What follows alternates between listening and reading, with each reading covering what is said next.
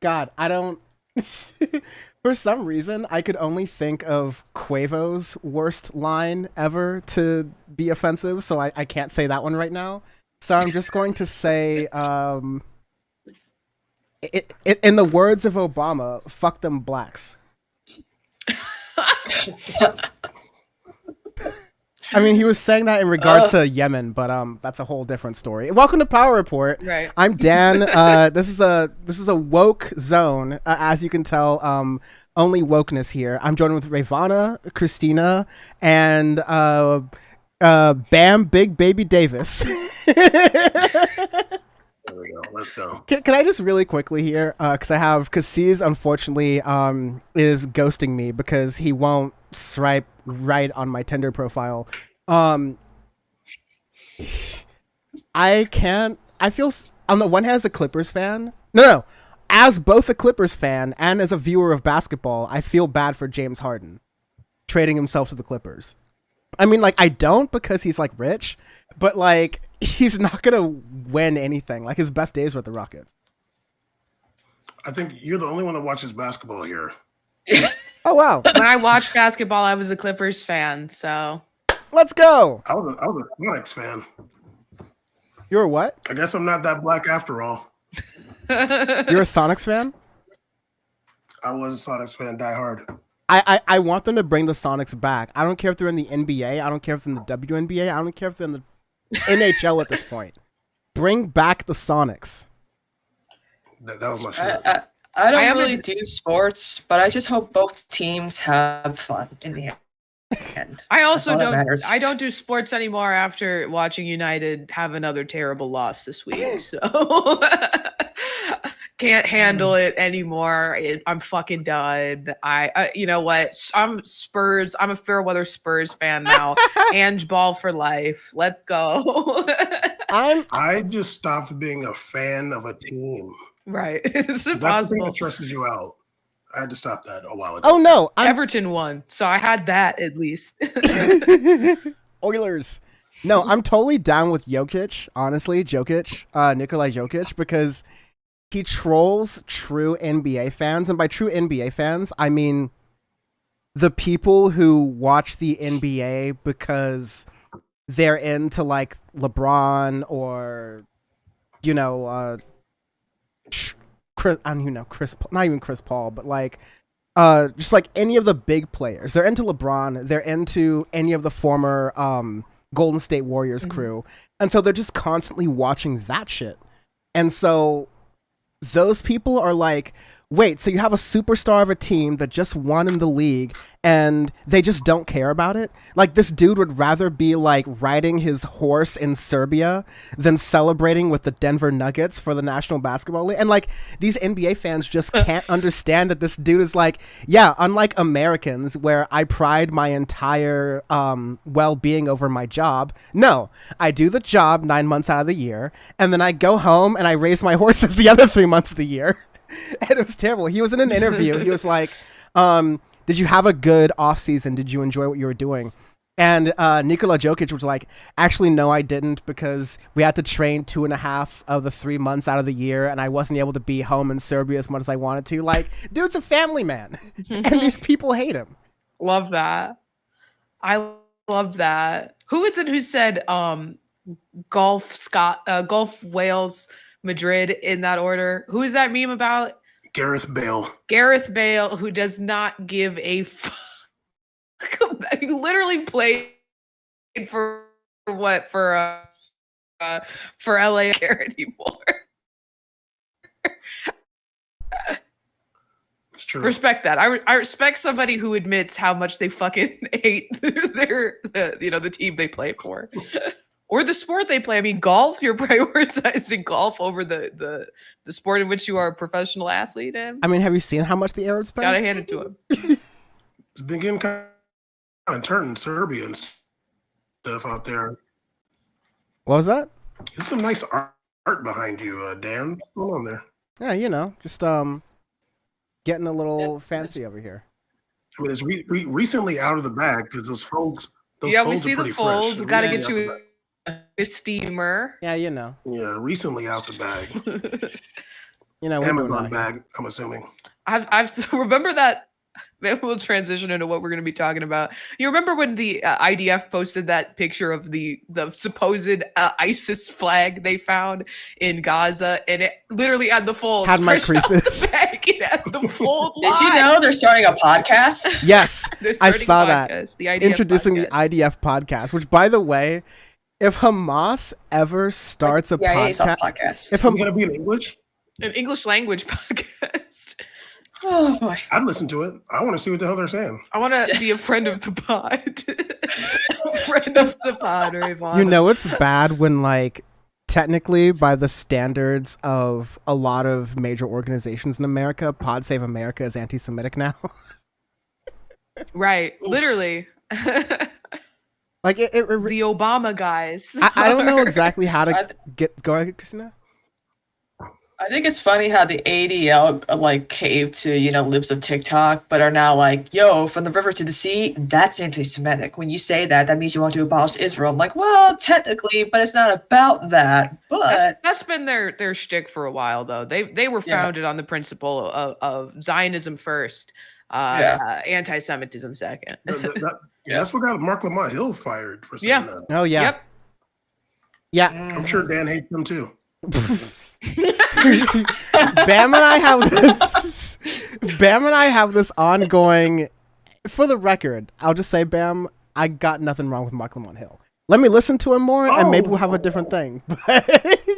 But you do have something against the first person we're going to be talking about, though. Do you? Maybe.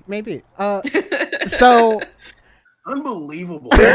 unbelievable, Bam. You know what? You little. This all stems from Bam and I have a disagreement about the blacks. Okay, I'm not talking about the family up the street. I'm not talking about. I'm just saying. I'm going to get banned because you said that. Dana's uncomfortable. I'm just gonna sit here. That's honestly what Bam would advise you to do, and also me.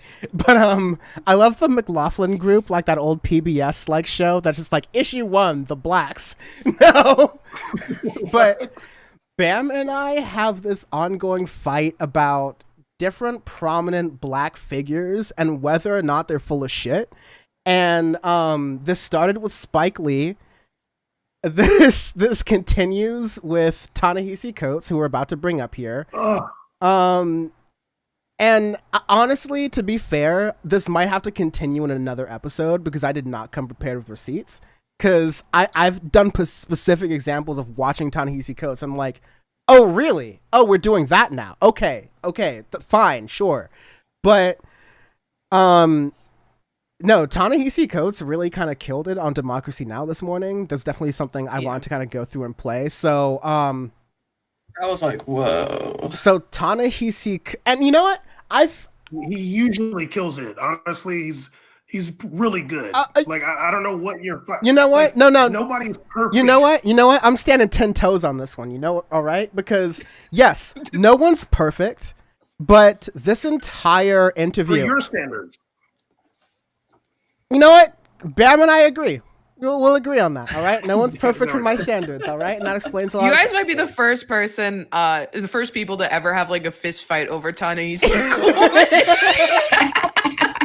you gotta watch more black YouTube. We'll have a fight over anybody. Like it's half of. Well, this is my issue with Dan. I think Dan has this thing. Look, you guys are here. You're gonna get some inside baseball here. I love it. Oftentimes, we can be more critical of our own kind of thing. And Dan, I think, has fallen victim to that. But we'll get into it at a different time. You know what? I'm not just gonna let that sit, and you can respond to this, but I don't want to make this a long thing. I will just I will just add to that by saying fuck off, fam. I will just add to that by saying I will express these things to you and like pretty much you only and like other black people. This is not a thing I will just like generally go on about. That being said, in defense of It's Bam, a good thing it's Christina and I here. it's just like, that being said, this is the show I'm doing, and this is the thing I started to think about. I am chosen to start with this premise, all right? And I could just keep it to my damn self.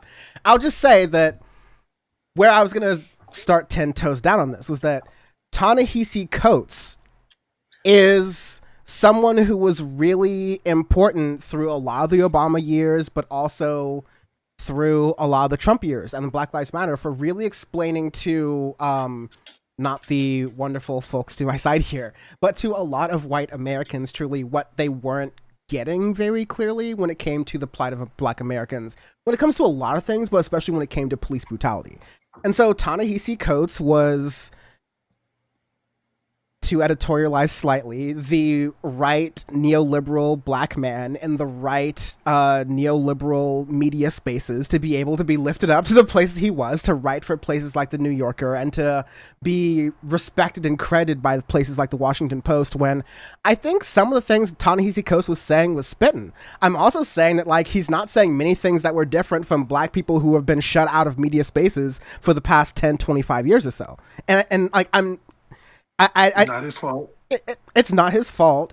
It's also a statement of reality because I'm not Ta-Nehisi Coates nor his best cheerleader, Bam. So that being said, he went on Democracy Now! This morning and he was speaking about how he recently, I think earlier this year, so really before a lot of the stuff broke out, but as you know, during this debate over the past couple months, whoever starts the date wherever really creates the story.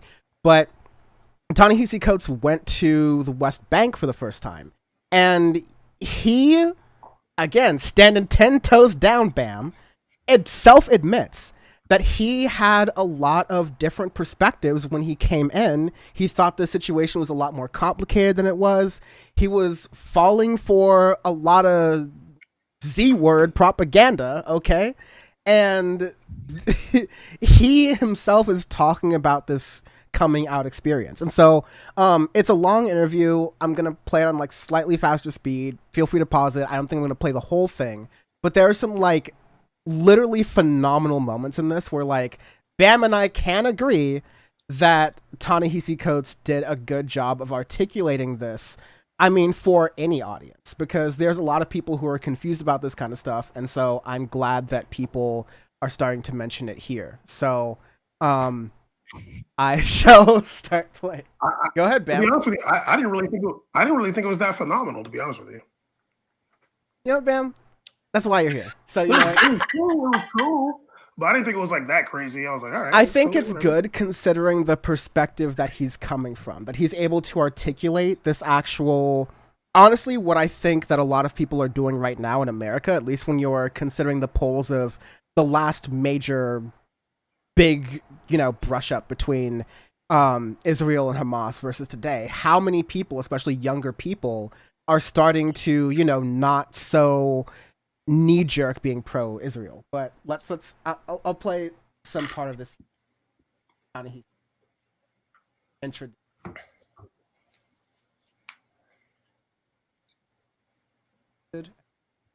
Democracy Now! It's great to have you with us under extremely difficult circumstances. Last night, this remarkable event I'm sorry, can I say something happen. really quick? It's going to eat at me if I don't say it. I love Amy Goodman. I listen to Democracy Now! Every morning. She cannot pronounce a name to save her life. She tries so hard. She tries so hard to always pronounce it correctly. And she tries so hard that she ends up failing miserably. And it always endears me to her more. Every time it happens, I'm like, I love this woman. She's trying so hard that she ends up fucking it up. A good ally right there. Look at Rayyvana just trying to tear another white woman down. She got rid of the cough though, because I thought she was like sick for a while. She hasn't been coughing lately. You're right. It was like it raised a concern. People were scared. She was sick for a minute. Yeah. Like there's that day she was gone, and her co-host to be like, no, she went to her like grandson's 8th grade graduation. Like she's good. Right. She's alive. The world would come to a halt if anything were to happen to her. Yeah, my world would come. I mean, it was in the James Chapel of Union Theological Seminary, but venue after venue had said no to this gathering, and without almost any publicity. Well over 1,000 people turned out, but the place only held 300, so people went over across the street to another place of 300, overthrow, and then thousands watched on the live video stream. Can you talk about your experience being in the West Bank, going to the occupied territories, and how it changed you?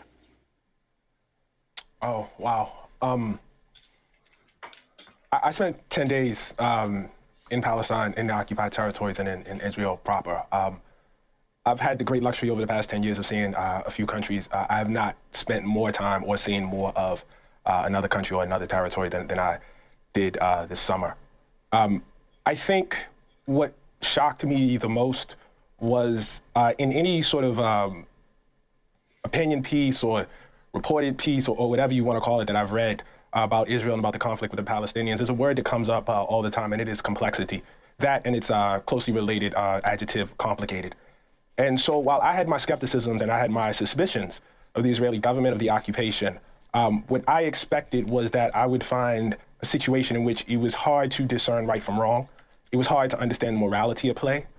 It was hard to understand the conflict. And perhaps the most shocking thing was I immediately understood what was going on over there. Probably the best example I can think of is the second day when we went to Hebron, and the reality of the occupation became clear. We were driving out of East Jerusalem. I was with the Palestinian, was with PalFest. And we were driving out of East Jerusalem into the West Bank, and you could see the settlements, and they would point out the settlement. And it suddenly dawned on me that I was in a region of the world where some people could vote and some people could not. And that was obviously very, very familiar to me. I got to Hebron, and we got out as a group of writers, and we were given a tour by a Palestinian guide. And we got to a certain street, and he said to us, "I can't walk down this street. If you want to continue, you have to continue without me." And that was shocking to me. And we walked down the street, and we came back, and there was a market area. Hebron is very, very poor. It wasn't always very poor, but it's very, very poor. Its market area has been shut down. But there are a few vendors there that I wanted to support. And I was walking to try to get to the vendor, and I was stopped at a checkpoint. Checkpoints all through the city. Checkpoints obviously all through the West Bank. Your mobility is completely inhibited, and the mobility of the Palestinians is totally inhibited. And I was walking to the checkpoint, and an Israeli guard stepped out, probably about the age of my son. And he said to me, "What's your religion, bro?" And I said, "Well, I'm not really religious." And he said, "Come on, stop messing around. What is your religion?" I said, I'm not playing. I'm not really religious. And it became clear to me that unless I professed my religion and the right religion, I wasn't going to be allowed to walk forward. So he said, "Well, okay, so what was your parents' religion?" I said, "Well, they weren't that religious either." He says, what were your grandparents' religion?" And I said, "My grandmother was a Christian." And then he allowed me to pass. And it became very, very clear to me what was going on there. And I have to say, it was quite familiar. Again, I was in a territory where your mobility is inhibited, where your voting rights are inhibited, where your right to the water is inhibited, where your right to housing is inhibited, and it's all inhibited based on ethnicity. And that sounded extremely, extremely familiar to me. And so the most shocking thing about my time over there was how uncomplicated it actually is. I'm going to pause it there just by saying that I want to speak, but I will also give a fair opportunity for other folks to speak. I'll just say that it's important to hear the perspective that it's not complicated, right? Because so often people, particularly what we've seen a lot of celebrities do, is they try to deflect their responsibility with the platforms that they have to talk about the ongoing genocide by saying it's a complicated issue. It's not a complicated issue. It's not complicated to denounce genocide, to denounce apartheid, to denounce, Israel is a country that has anti-miscegenation laws, right? You can't have interfaith marriages there. If you're an Israeli, you can't marry a Palestinian, right? It's very clear. There are roads that you can't go down if you're an Arab, as he just described. There are different license plates for Arabs and for Israelis. It is in no uncertain terms an apartheid state. So to call it complicated is necessarily to deflect responsibility, to call out apartheid, to call out racism, to call out Islamophobia where you see it. So it's it's important, especially as someone who has such a massive audience as he does, to someone who his audience has a far reach with liberals. I'm sorry, there's a lot of suburban liberals who care a lot about his work and what he's done. So maybe they're not watching Democracy Now!, but I would hope that they hear this. The people that respect him a lot, respect his work a lot, to hear what he's saying. And people who might otherwise have just defaulted to supporting Israel, as has been the default position of many Americans for a long time, wrongfully, but it has been historically. So, it's important to use the platform that he has, and I'm happy to see that he did it. Yeah, it's interesting because I obviously during the day I clean for a lot of people, and a lot of them have CNN on, or even News Nation on, which is like the island of misfit pundits, is how I like to refer to it as. Right. And they're only talking about what's happening to Israel, what's happened to Israel. I'm like, and I ask my customers, I'm like, do they really do they talk about Palestine that much? And they're like, no, not really. I'm like, I'm like, there's a lot more going on in Palestine. I mean, it's I hate when I see articles saying Palestinians dead, Palestinians killed. I'm like, who did it? Who caused them to die? Passive voice. Who killed them? Who murdered them? Yeah. Who did this? They're like, well, I'm like, Israel. Like, it's not a fair and balanced situation here. It's clearly, there's, laws where the media has to sway as a pro-Israel, narrative, and you can't talk negatively about Israel in a lot of states in regards to the news. So it's really good that he's coming out and saying this, and actually having the experience that he had to say, you know what, it's not a complex issue. I mean, even that clip of Michael Brooks is going around again. But a lot of people are like, oh, he's wrong. I'm like, no, he's not wrong. It's very simple if you really simply break it down. Like, clearly there's one power, and there's another country that doesn't have the power, that it needs assistance, it needs aid, it needs help. Yeah, I mean, honestly, if this situation is complicated, then every situation is. Yeah. Bam, that's all I gotta say. Dan.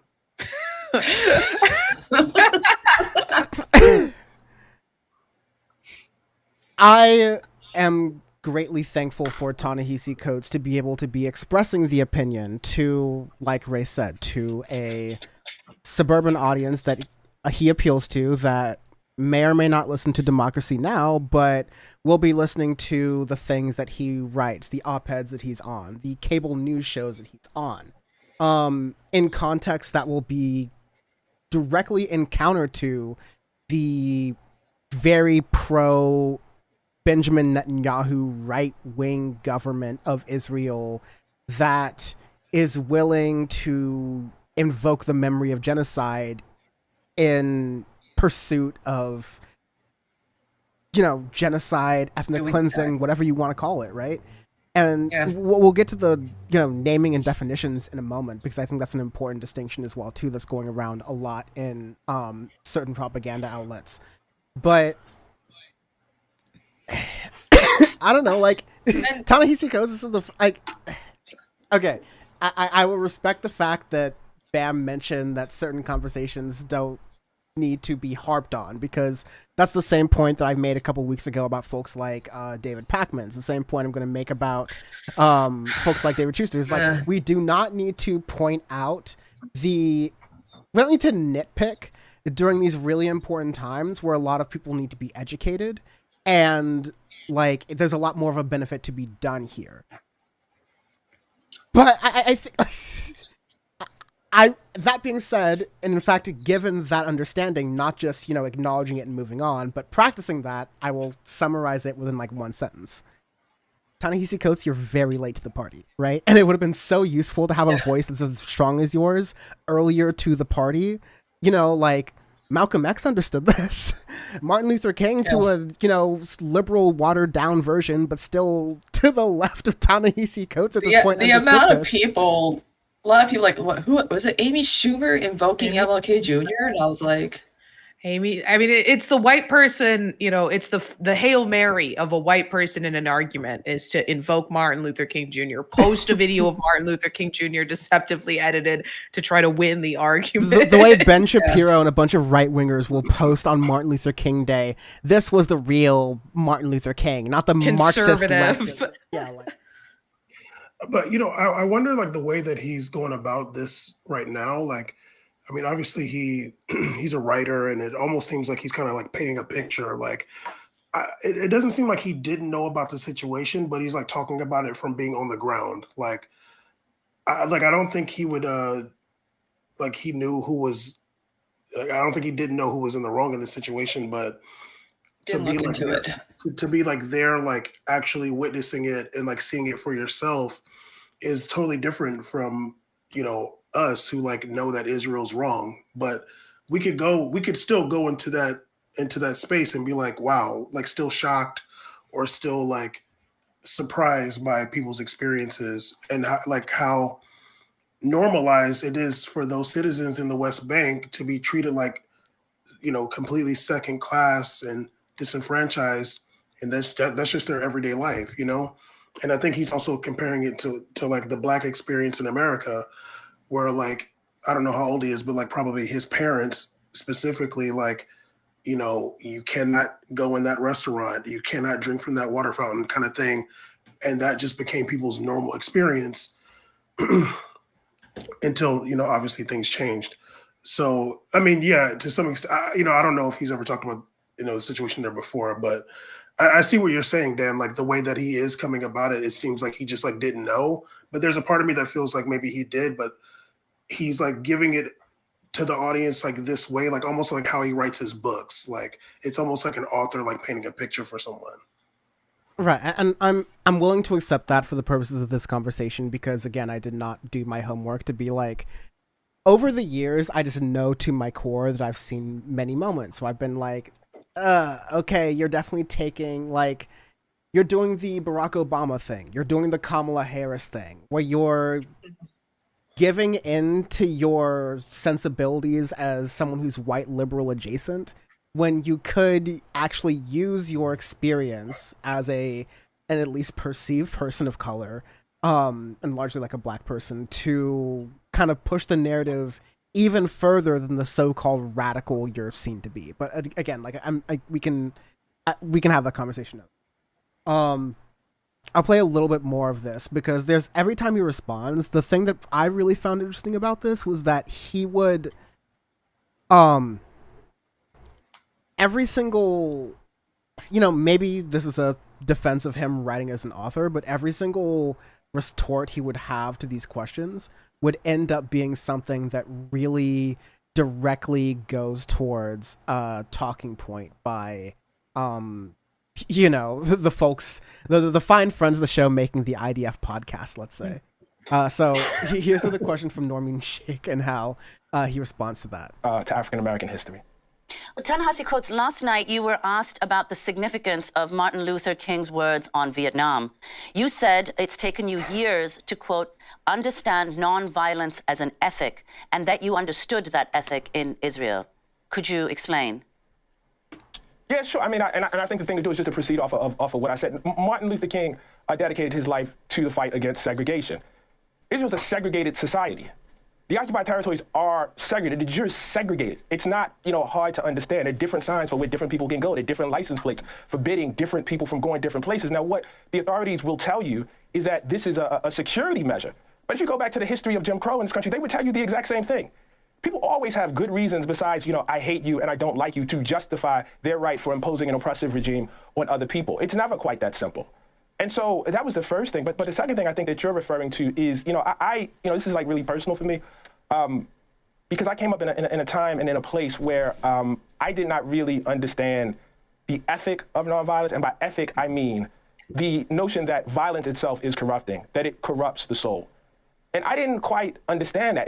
If I'm truly honest with you, as much as I saw my relationship with the Palestinian people there, and as much as it was clear what the relationship was, it was at the same time clear that there was some sort of relationship with the Israeli people too, and it wasn't one that I particularly enjoyed, because I understood the rage that comes when you have a history of oppression.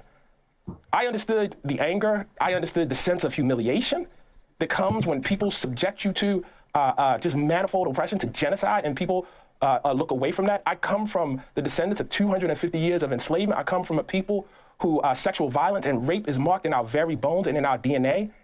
And I understand how when you feel that the world has turned its back on you, how you can then turn your back on the ethics of the world.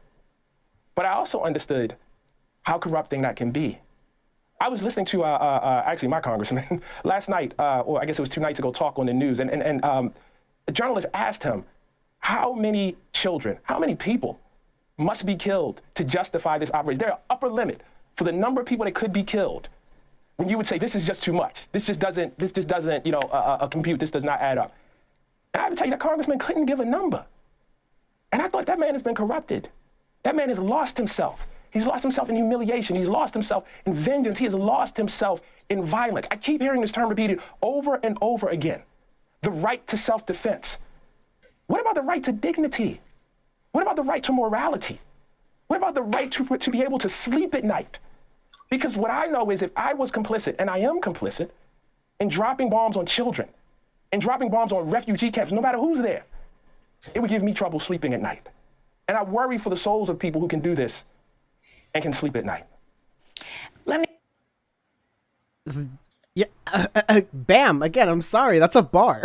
So I'm coming back to you, like, in defense of Ta-Nehisi Coates, right? Like, You ain't wrong.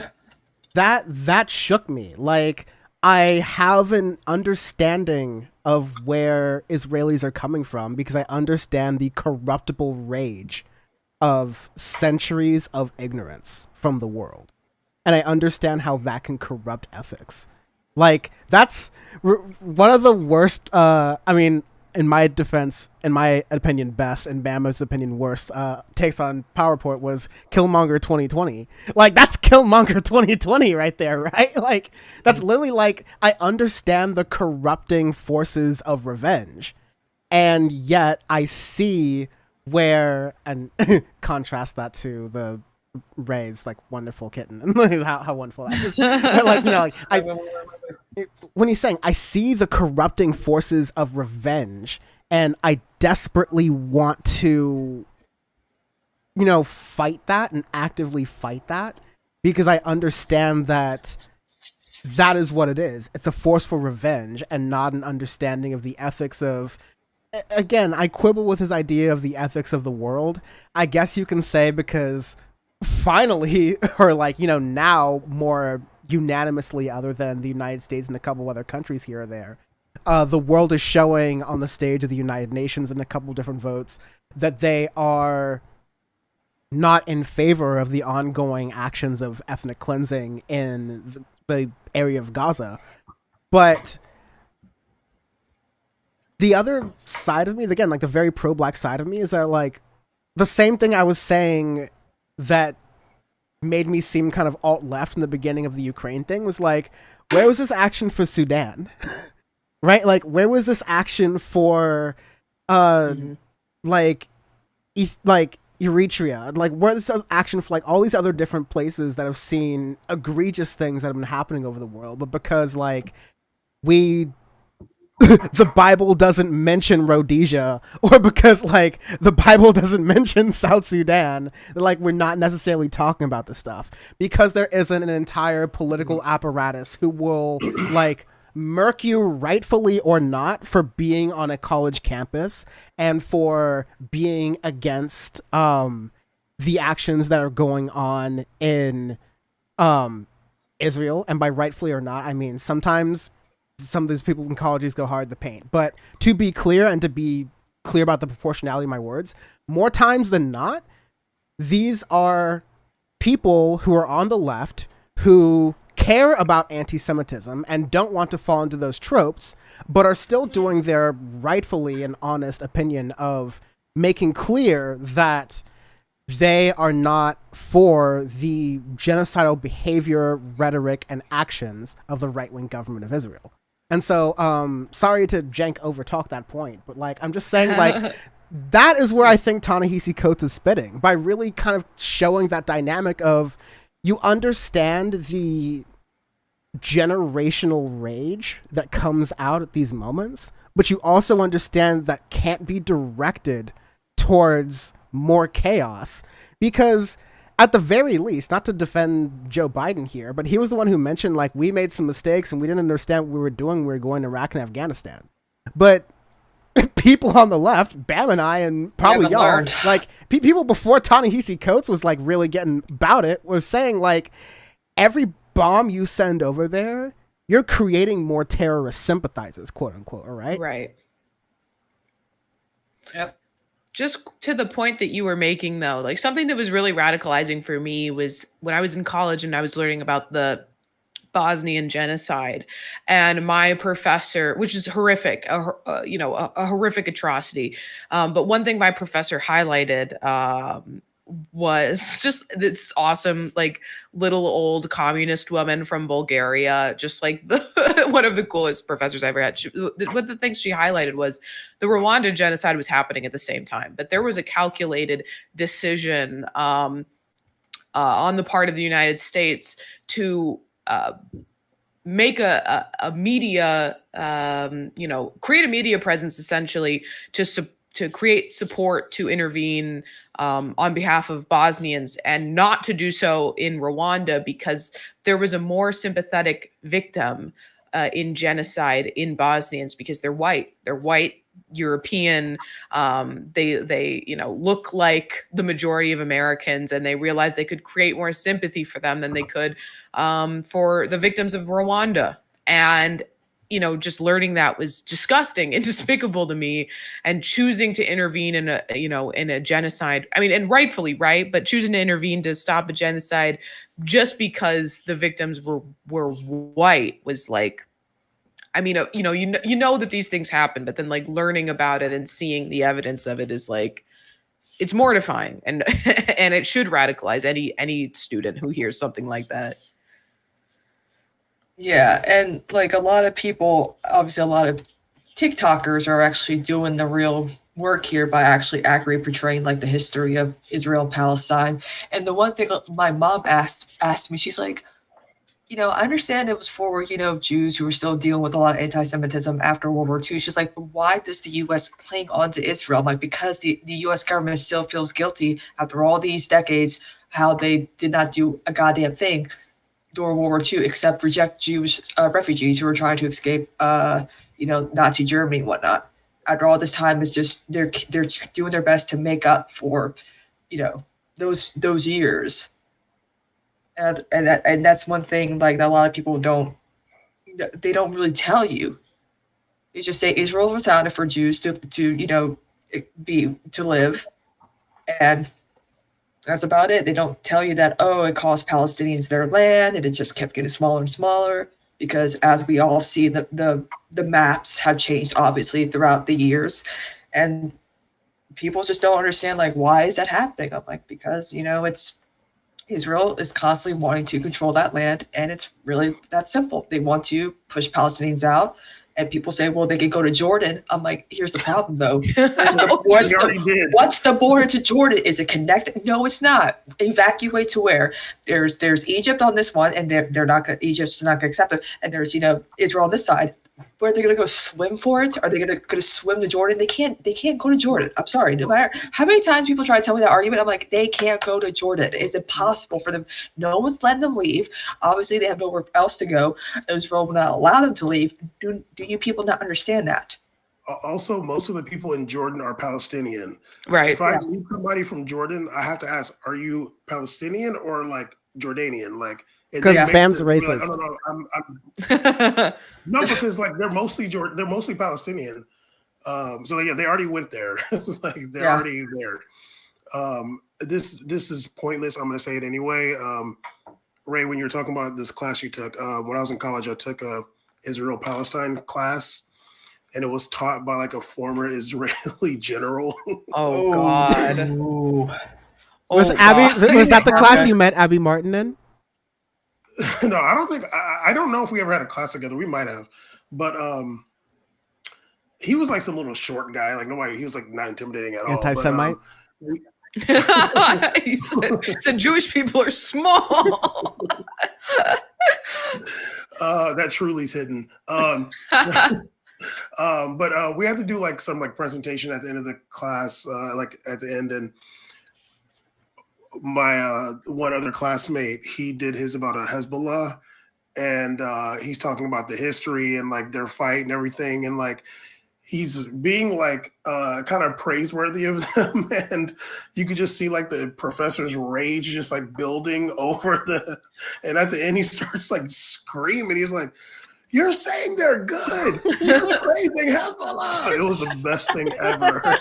And the guy's just like, "Hey, dude, like, they're there. We're talking about them, part of the conflict." But Hey, man. that was, yeah, it was great. Yeah. And it's like, a lot of people are like, a lot of people assume that we are defending Hamas by pointing out the reason why Hamas was founded. I'm like, it's not the same thing, though. We just understand why Hamas exists in the end. Was he supporting Hezbollah, though? Yeah, we all were. Yeah. No. Like, to build on what Christina was saying, like, in addition to the fact that I think there's, to some extent, there's guilt in America for, having people like that Catholic pastor who was one of the first like radio shock jocks, like the Rush Limbaugh of the 1930s, essentially, and that he was on that aspect of things. America has a lot of guilt over the amount of anti-Semitism that they allowed to happen during World War II, and that they weren't really allies for, like literal allies in the World War II sense or in the woke sense. So we got attacked, right? Like, and it wasn't even until after that, because again, like once we got attacked, we were still like, okay, the Japanese are enemy number one. We were rounding up Japanese folks, not German folks in America, right? So like. It was not that anyone is like good or bad, although Bam might think I disagree. Like there is that reality, but there's also the geopolitical reality of America using Israel as a military cudgel against Iran. As a military cudgel, not that they ever would, because America loves itself some oil. Like, against any of the other, Djibouti if it wants to, because they have good control over that little like sea route over there. Like, if Saudi Arabia and America really wanted to get about it, because Trump gets a second term, like there's leverage that's there too. But Bam, what do you want to say? Well, two things. Somebody in Ray's chat said that their husband is Jordanian, but from Jordan, but they're Palestinian. So, in case you thought I was making that up, but no. Let me just make it very clear. I'm not saying this because Christina said this, but there are a lot of people on the right who like make an anti-Semitic argument about, like an anti-Semitic conspiratorial argument about America's alliance with Israel, or like allyship with Israel. And I've, argued with these types before, and I make it very clear that Israel isn't the only ally. Israel isn't the only ally that America has in the region. Like, really, Saudi Arabia has historically been more of an ally to the United States than Israel has. Like, on like better terms. Like, I remember, every like few years, America will like out some Israeli spy here in America, and like they'd like, be arrested or whatever. Egypt has also always been like a really strong ally of America. I don't know if it's still the case, but for a long time, Israel got the most military aid out of any other country from America in the world, and Egypt was second after they made the peace treaty with Israel, and I want to say 1982 or something like that, which Anwar Sadat got murdered for. But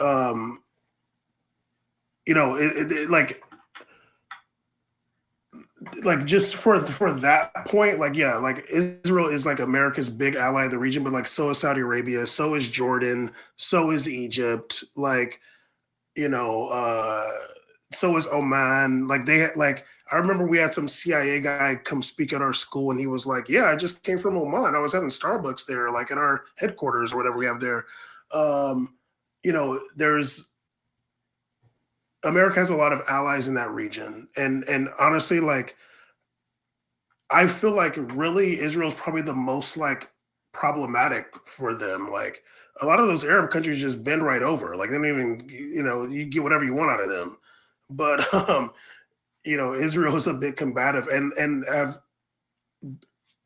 up until recently been like having spies here getting like caught and arrested. I going past that innuendo.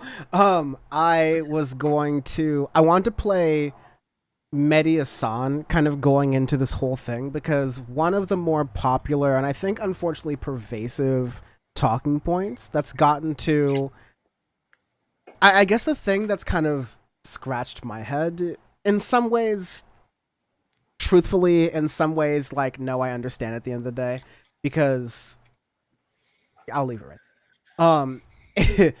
It's that you have a lot of folks who understood, like, I think some of the greatest people of this out of this moment and out of this movement have been like Jewish Voices for Palestine, like all the different groups who have said like not in our name as far as to be able to combat how the Israeli government is trying to conflate Judaism with Zionism and like Palestinian like anti-ethno-nationalism, essentially, like to use a lot of college words, right? But like the big thing is how, oh, you can't call this ethnic cleansing, or you can't call this a genocide for a number of different reasons. And I think, Mehdi Hassan made his bones at Al Jazeera and then came up at a number of different places. I think at The Intercept for a while, and is now at MSNBC, and thankfully still at MSNBC, knock on wood. And shockingly, after being benched for a week at the beginning of the conflict for being yeah, it was really touching. We'll never forget that. It was literally on the show where I learned that he wasn't actually kicked off of the network, because like that rumor was going. It was very touch and go there for a little bit, but Mehdi Hassan did a really good thing about this dynamic, and yeah, like he's unapologetic. Yeah, MSNBC's got that young reverse double opposite shadow ban where like they can use words like what Mehdi Hassan is going to say here and they don't get immediately kicked off of YouTube. So in that vein, in that spirit, here is Mehdi Hassan really spitting. Here, let me...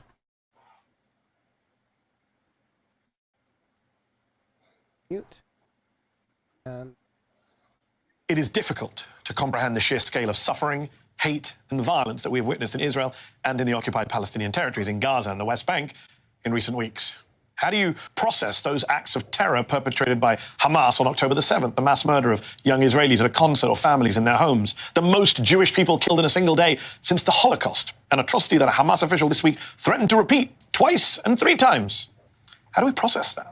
The over 1,400 dead at the hands of Hamas? How do we process the Israeli bombardment of Gaza, a siege of 2 million plus people led by an Israeli defense minister who declared that his country would eliminate everything in Gaza, including apparently the Jabalia refugee camp on Tuesday, struck at least twice by Israeli forces who say they were targeting a Hamas planner of the October 7th attacks there, but killed or wounded an estimated 400 people, according to the director of the nearby Indonesian hospital. This is an Israeli bombardment that has now killed, according to the Gaza Health Ministry, more than 8,000 Palestinians in Gaza, including more than 3,000 children. Just pausing here. 9,000. Yeah, but at time of recording, it's like, I'm not going to do the Dragon Ball Z over 9,000 thing, but like, it's bad, y'all. More kids killed in 3 weeks, according to Save the Children, than were killed in all the conflicts around the world in each of the past 4 years.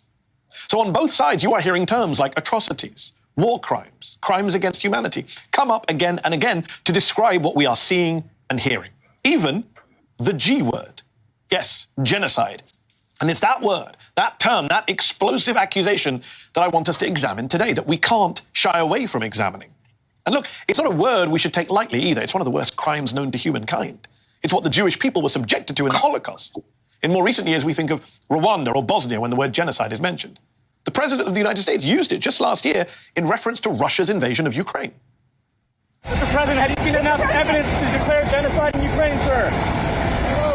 Yes, I called it genocide because it's become clearer and clearer that Putin is just trying to wipe out the idea of even being able to be a Ukrainian. And last month, speaking... I you can feel free to skip, Ray, but I saw you just like shaking your head. I'm a little cringe on that too. Well, I mean, but that's what Putin said. He's like, Ukraine isn't even a real country, so that's why we're invading it. He did say that. It's like I just. I mean, I don't know if he's trying to kill all of them, but he did say it's not real, so we're gonna invade. Yeah, like annex Crimea. Now he's probably just trying to annex Ukraine in the end. Like that's just the end goal at this point. Like I know you're fighting Nazis over there, dude, but like it's there can't be that many Nazis in Ukraine, right? Right? He said it. I'm sorry, my cat accidentally unplugged my microphone. What I was gonna say was that it's particularly sick because we know that the number of civilians killed in the 2 years since the conflict began in Ukraine, there's been almost an equal number of civilians killed in Gaza in the past 3 weeks. 3 weeks, but he won't call that a genocide. He won't call that a genocide, but he'll call it a genocide in Ukraine, a population significantly larger than the population of Palestinians living in Gaza. 22 million versus 2 million. And there's been almost an equal number of civilians killed in Gaza, but that's not a genocide. What we need to do is we need to endorse that. We need to transfer money to that country. We need to give them weapons. We need to give them military support. We need to, give our full endorsement of what's happening there. But what's happening in Ukraine is a genocide. Speaking out of both sides of his mouth, it's fucking despicable. Rayyvana, just keeping you honest, you were saying 3 weeks. It's actually been almost 4. Oh, you're right. I'm sorry. But then it's okay. Then it's not a genocide. If Joe Biden, as an American president, called what's happening a genocide, I would really think he had dementia. Yeah.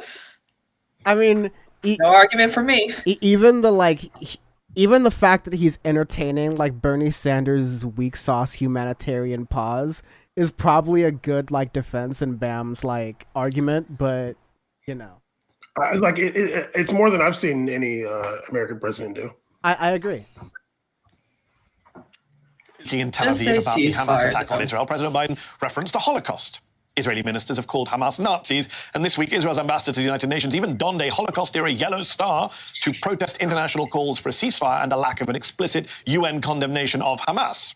Meanwhile, counter-terror expert Bruce Hoffman has argued in The Atlantic that Hamas is a genocidal organization. He points to its... Go ahead. Do you condemn hummus, UN? The UN. Do you condemn a terrorist organization? Condemn hummus. I also, I'm sorry, I can't get over the fact that they're like, well, why aren't you protesting Hamas? I don't know, because I hold a recognized state to a higher standard than a terrorist organization. I don't know. Yeah. Because my taxpayer dollars aren't funding fucking Hamas, but they... incidentally, if you are an Israeli taxpayer, your dollars are funding Hamas because that is the explicit position of the Likud party. And the other far right parties in the Knesset is to transfer money to Hamas to thwart the establishment of a Palestinian state. Yep, and we all know that Netanyahu ignored the warnings of the initial attack on October 7th. We've all heard him say that it's better to fund Hamas to make it be that the Palestinians are evil and that there's no way in hell that the Palestinians are ever going to be free and have their own land. I mean, who was protesting the ANC when they were fighting the apartheid government in South Africa? Who was protesting them? Hamas is fighting occupation. I cannot agree. I don't like those tactics. I don't like that though they're targeting civilians, but they're not doing anything different than what Israel does to Palestinians. I don't like that any civilian has to die, but there's someone that's occupied. Right. And what are you going to do? What are Americans going to do if China and Russia band together and occupy America?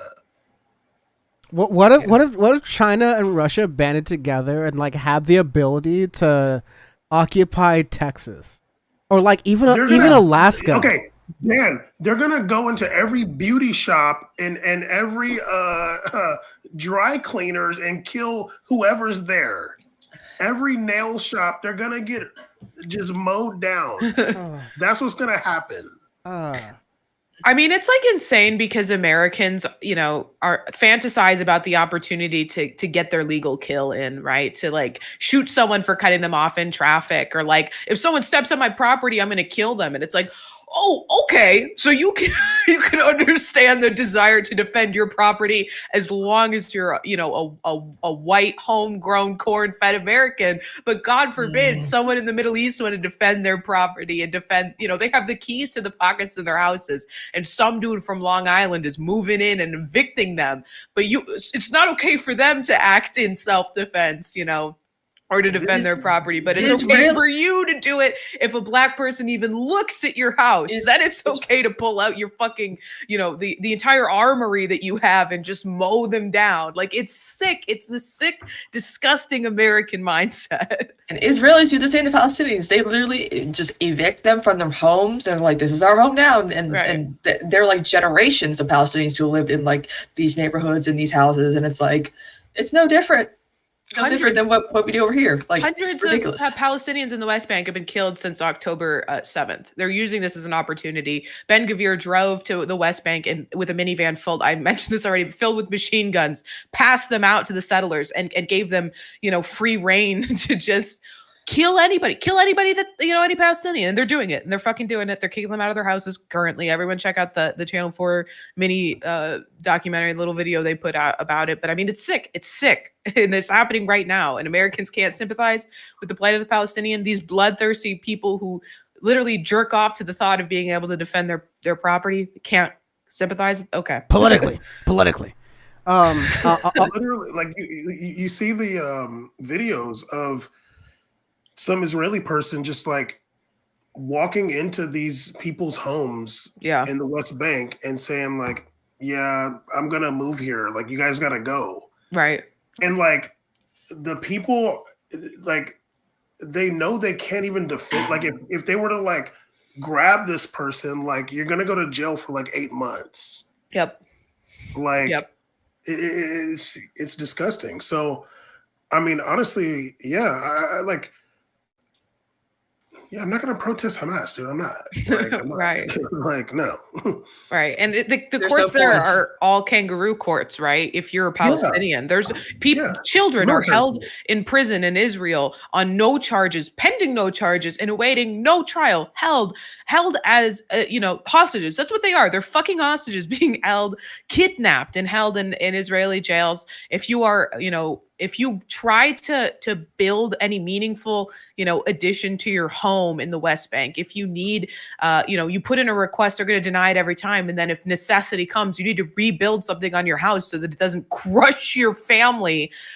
Then they're going to evict you. You're going to go to court. There's not going to be any meaningful trial. They're just going to say, oh, well, you tried to rebuild a portion of your house. Fuck you, you're out. Some dude, again, from America gets to live there now because it's his birthright to do so. And if they literally don't leave their houses for more than 15 minutes at a time, because if they do, settlers are going to run in, move into their houses, and they will have no legal recourse to dispute that. No legal recourse. Some dude can just walk into your house. It's his house now. Yeah, I just think it's so funny when people use the biblical argument. Well, in some BC, I'm like, first of all, the Bible's pure fiction. Like using that argument makes no sense at all.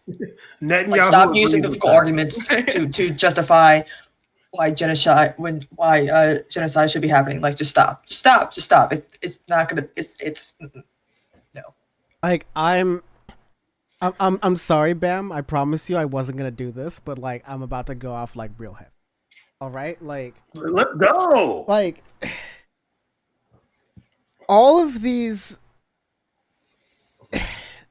First of all, this is the thing I like made sure I had to say this during this whole thing. Israel is just copying the Hamas playbook at this point. Benjamin Netanyahu is just copying the Hamas playbook. Because Hamas, as the Financial Times had a banger, which is a sentence I rarely ever say, but you know what? Right. Compared to the Wall Street Journal, the Financial Times had a banger with a quoted someone who's like someone who studies these kind of relationships. And they were like, yo, Israel keeps comparing Hamas to ISIS they're not ISIS, they're the Viet Cong, right? Like, Israel is trying to go pound for pound with a guerrilla warfare campaign. Like, they're going pound for pound. They're trying to, what's the old movie saying? You don't do a ground war in Asia. Like they're literally trying to do guerrilla war in an urban environment, which is why they're trying to flatten it to begin with, because their ultimate goal is the eradication of Palestinians. Their ultimate goal is to weaponize violence that has happened against them historically and presently to justify the violence that they are doing. It's literally what they accuse Hamas of doing. It's exactly what they accuse Hamas of doing. And so the complicit nature that you get from so-called progressives like John Fetterman, and, you know, like, even people like Bernie Sanders, who's like, let's cook with a humanitarian pause. Like, no, the fact that we're not calling out anything like that it's completely divorced from reality of the actual situation that's on the ground. And I think they know that, and I think they understand that. They're just looking for votes. They're just looking for, like, just looking for a check. They're just looking for money. Like, that's where it's really coming from, yo. You guys saw the video of John Fetterman when he was asked about Free Palestine. He found it reprehensible. He's like, I'm just here for Israel, is basically what he said. Like, I'm here, whatever they want, need, I'm here to give it to them. Words, what they deserve to do. We need to let Israel do what they deserve to do. I'll say just about the ISIS thing, like, obviously, you know, and I'm reiterating myself, and obviously we all know this, but just for, you know, anyone who maybe hasn't caught on to it, it's an attempt to, you know, draw a parallel to something that the Western world understands. ISIS as a uniquely evil terrorist organization that has committed disgusting atrocities. I know the person in my chat is going to post the thing that I'm asking them to post right now about the difference between Hamas and ISIS. Obviously, key difference is the treatment of hostages. If you're an ISIS hostage, you can, you know, count on being tortured in the most depraved ways possible for months before, you know, they eventually kill you. The American special.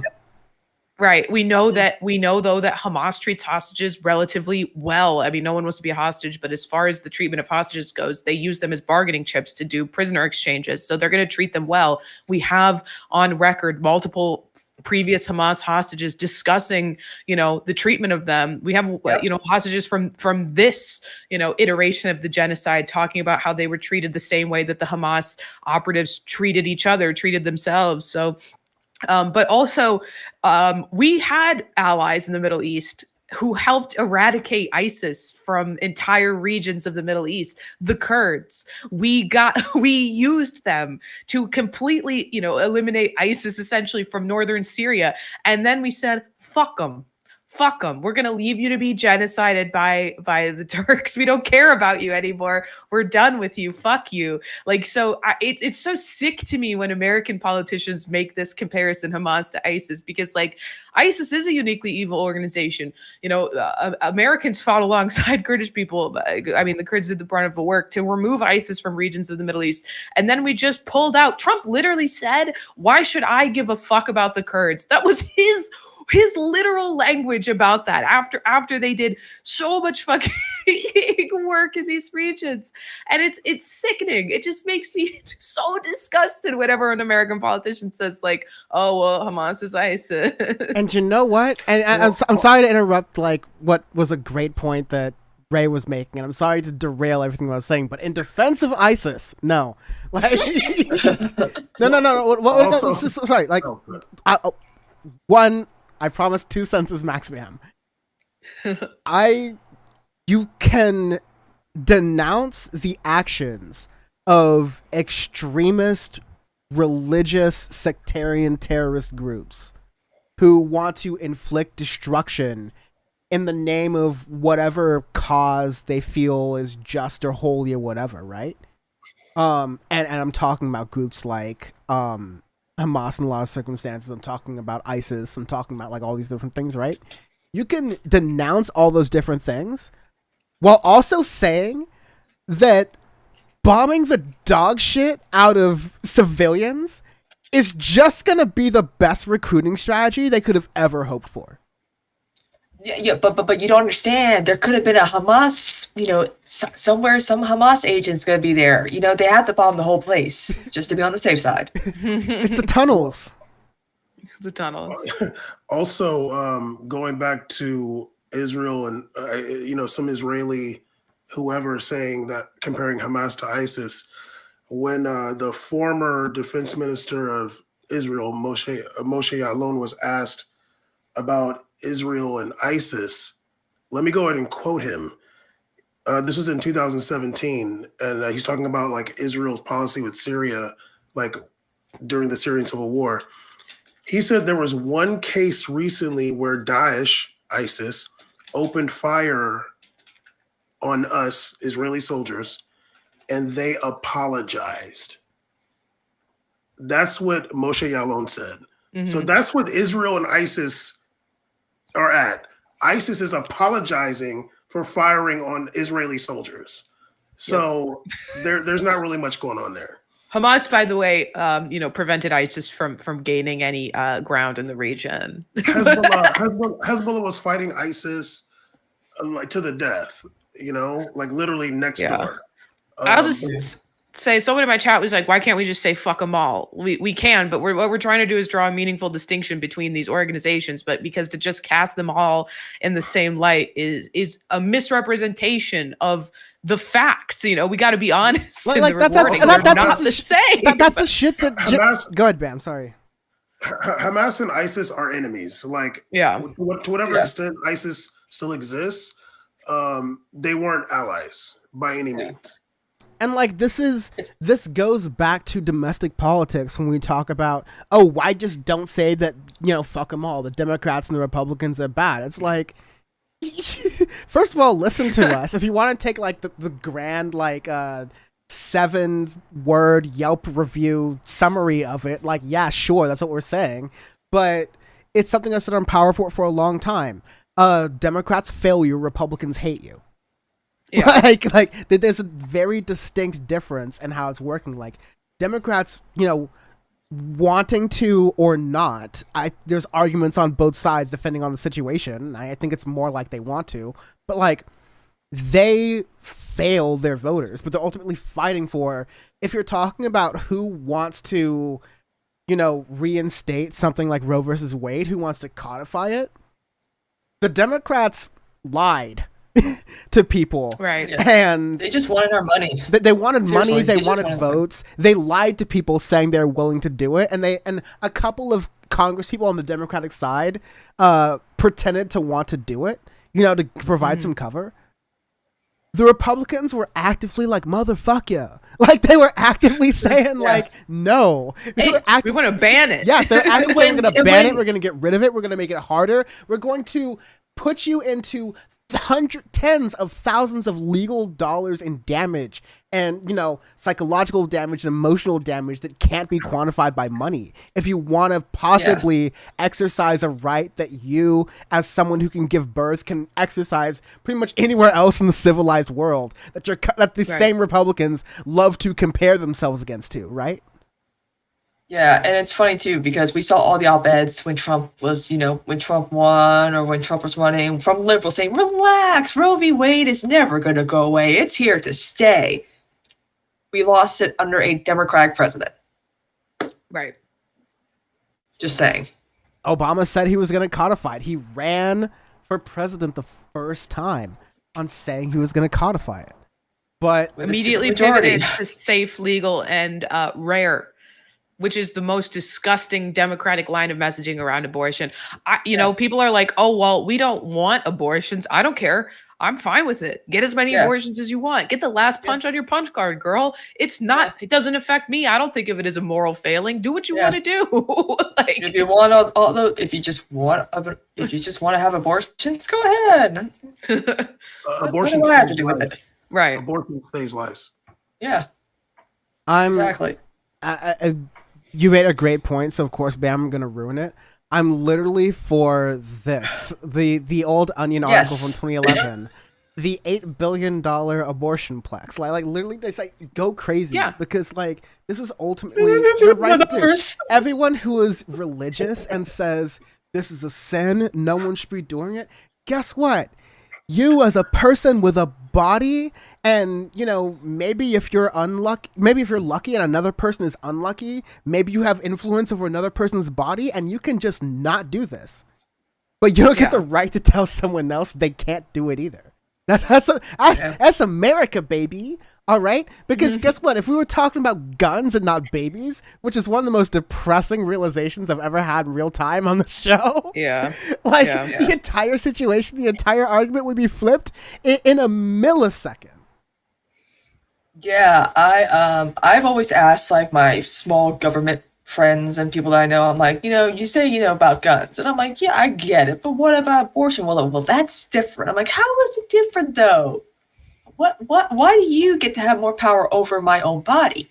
And they say, well, there's an instant life in there. I'm like, was there a quote in the Bible that says God breathes life into you? They're like, yeah. I'm like, so technically life doesn't begin at conception. Life begins when you give birth and the baby takes his first breath. And they're like,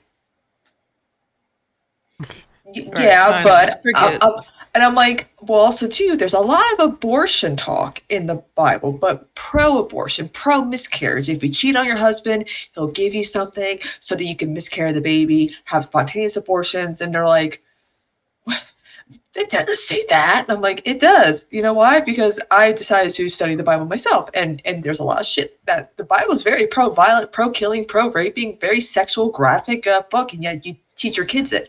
Is the Old and New Testament? Is the Old and New Testament? Where are we about it? Sachi Hover, producer of Power Report, who thank you very much for helping out here, was like, can you donate $25.12 to Joe and Kamala? Because I thankfully don't. I only send those emails to my enemies whose email addresses that I have. But I imagine that's what the titles of those are saying, right? Which is just the amount of text messages I get. I'm like, oh god, they're desperate right now. Yeah, Bad Lefty saying Fetterman can take a long walk off a short pier. Fuck Fetterman. I'm sorry. Like, it sucks as someone who works in disability rights and disability advocacy to see, a disabled person advocate for, reasonable accommodations and spread awareness of reasonable accommodations. Have such a fault. And it sucks because I knew that he held this position, right?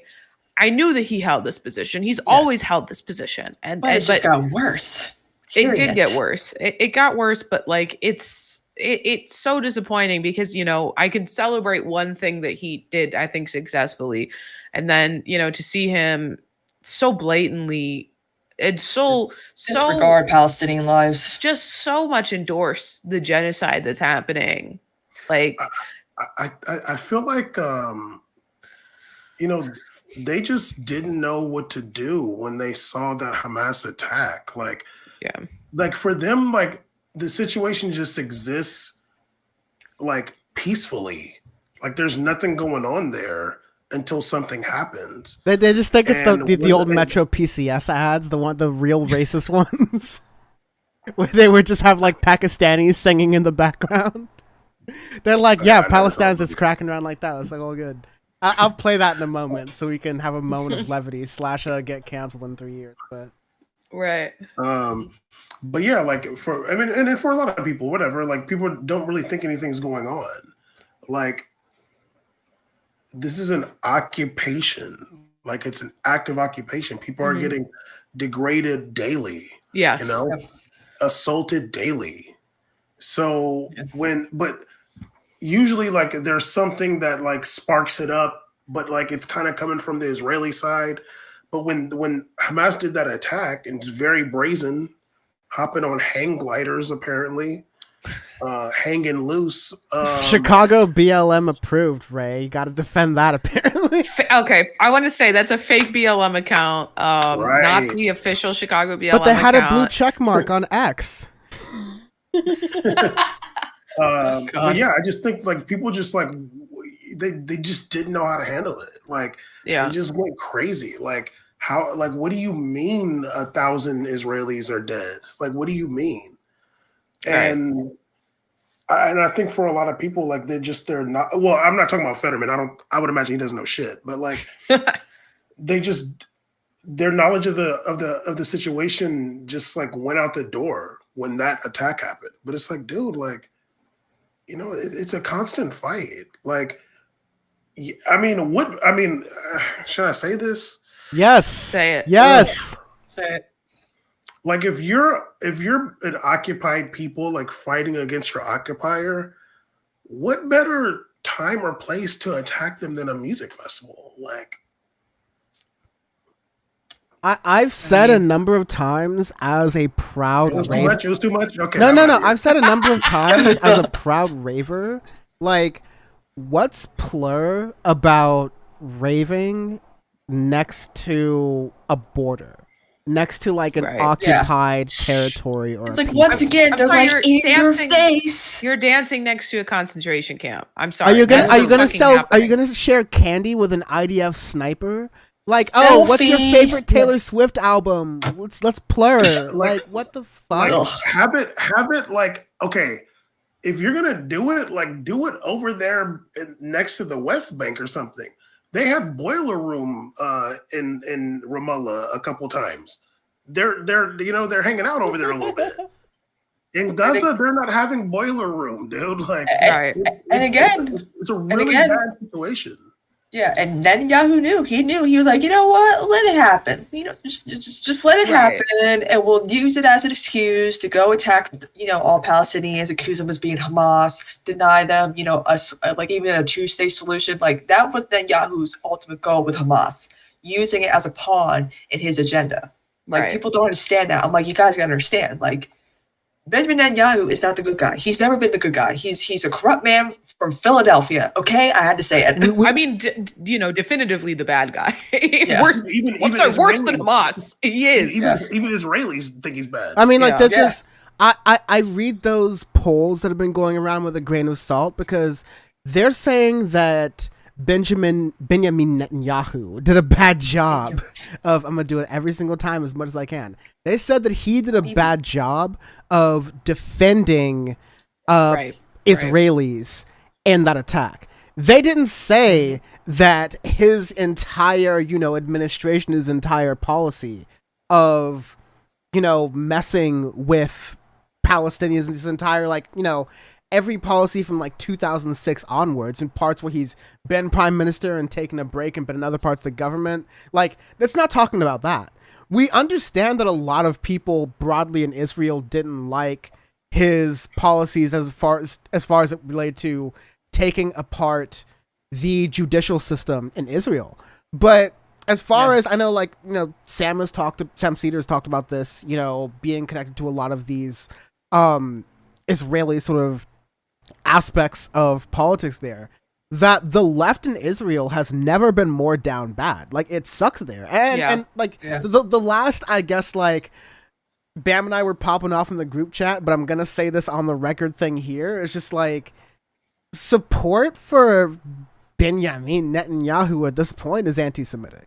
Support for the right-wing government of Israel is anti-Semitic. Because the extent that you are supporting a policy that does nothing but, I'm sorry, give more reason, give more ammunition for people to dislike what a supposedly state that stands for the protection of historically persecuted Jewish people, they dislike what that state is doing, regardless if it's represented by left-wingers or right-wingers. When America is represented by Trump, people abroad don't make that distinction. They're like, okay, all Americans are for Trump now. I don't know, you voted for him.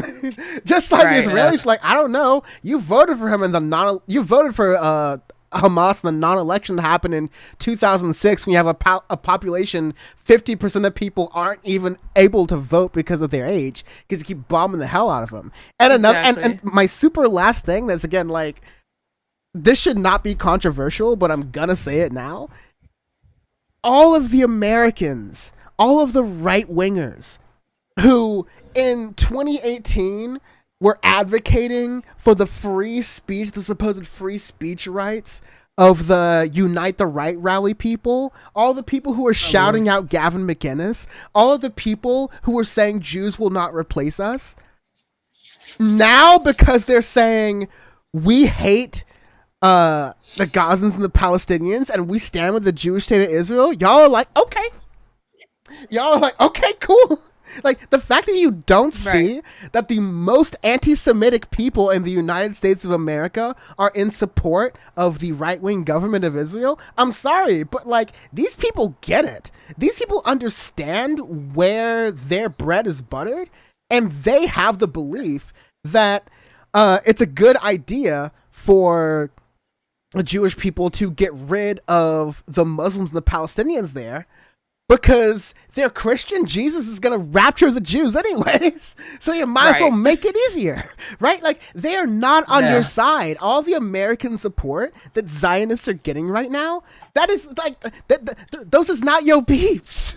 They is not, they is fake friends, yo. Like, they are going to. I keep explaining this to people too. I'm like, so you guys don't understand that the evangelicals only support you because they believe that they're the good ones who are gonna, survive the rapture while you all get killed for being undesirables, I'm assuming. I don't know.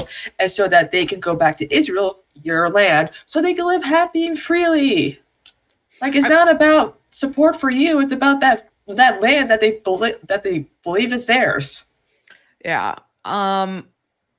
Also, like Bush did 9/11, Netanyahu did 10/7. In no uncertain terms.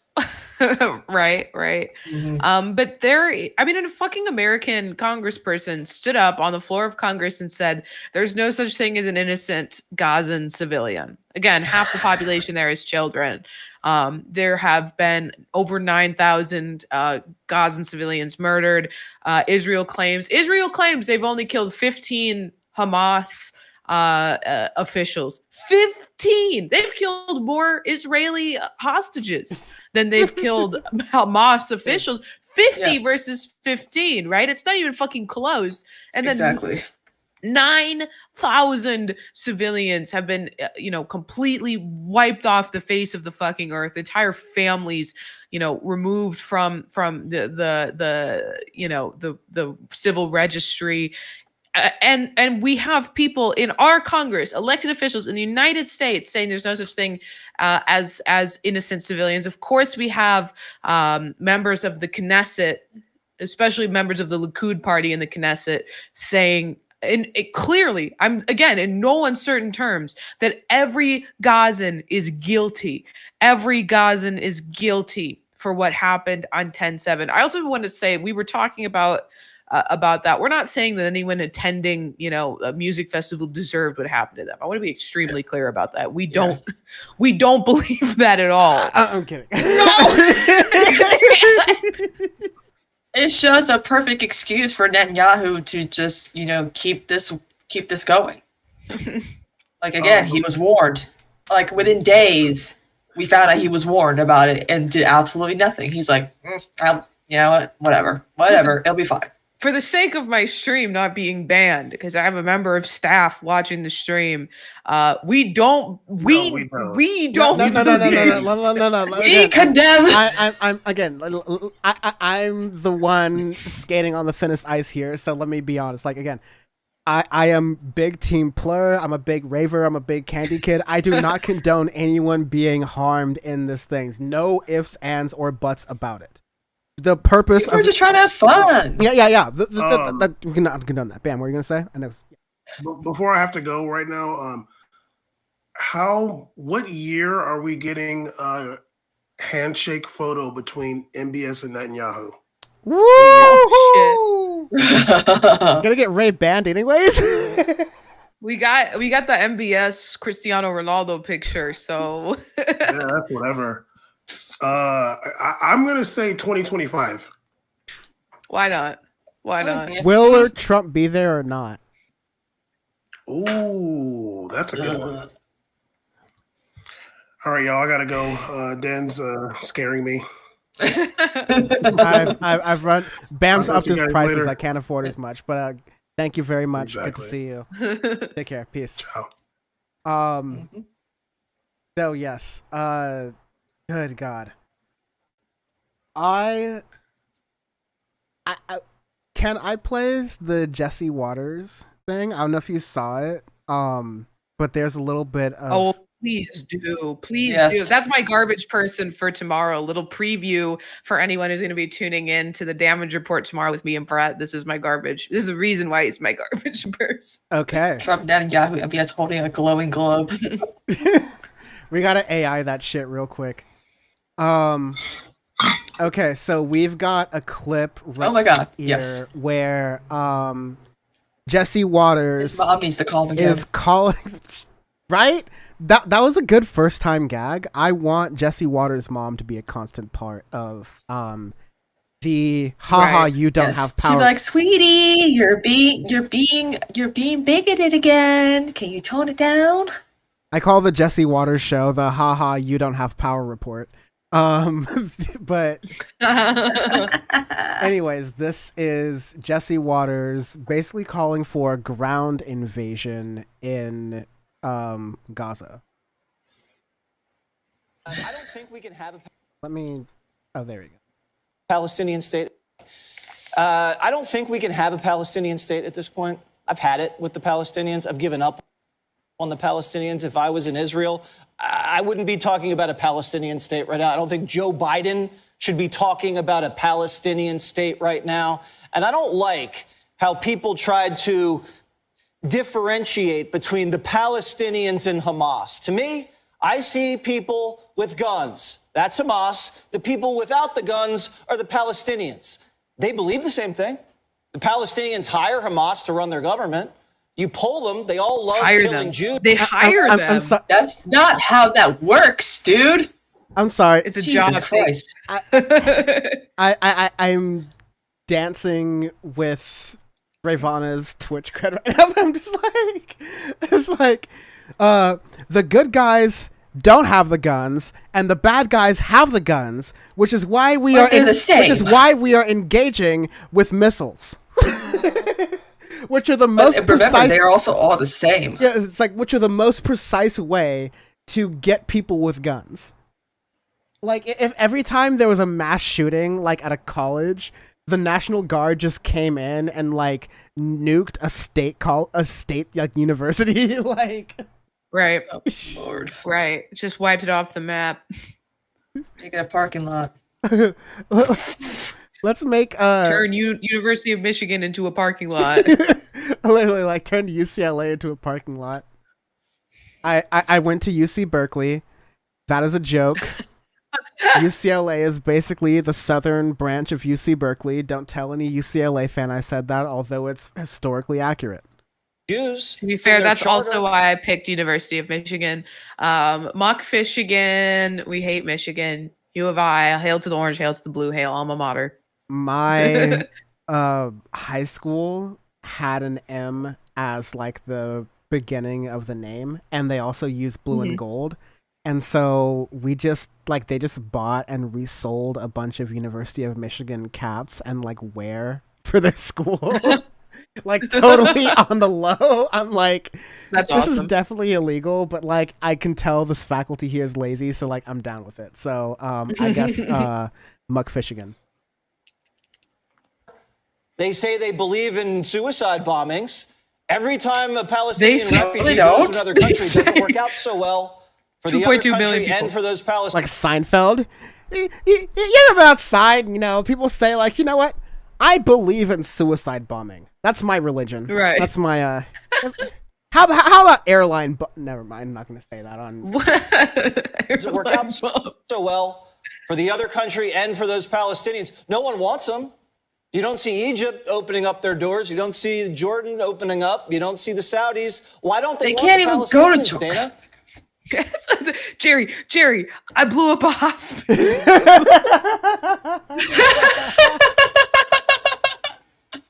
Sachi only said like the first like 50 seconds were worth it, but like I need another. Daddy, give me another 30. I think we all know why they don't want the Palestinians, and it's not working out having these Palestinians and Hamas right next door to the Israelis. So, time is running out. Wait. But whose Yes, fault is yes. that? Why are the Israels next to the Palestinians? Whose fault is that, though, Jesse? Come on. And like again, like why has there been a violent resistance to? Right. I'm not saying like He's so dumb. He's not dumb. He's paid to be dumb. Like, I can never get paid to be dumb, and I'm a pretty dumb person, y'all. Like, I really am. Like, I do it for free. Which is why, if you want to support Christina in doing this for free, and you want to send a YouTube super chat, 100% of YouTube super chats today are going to Christina. If you're watching on YouTube, to help with her finances and things. So she's very smart. And so if you would like to help with that, please send a super chat on YouTube. And I will... Rent is due tomorrow. Yes, that's...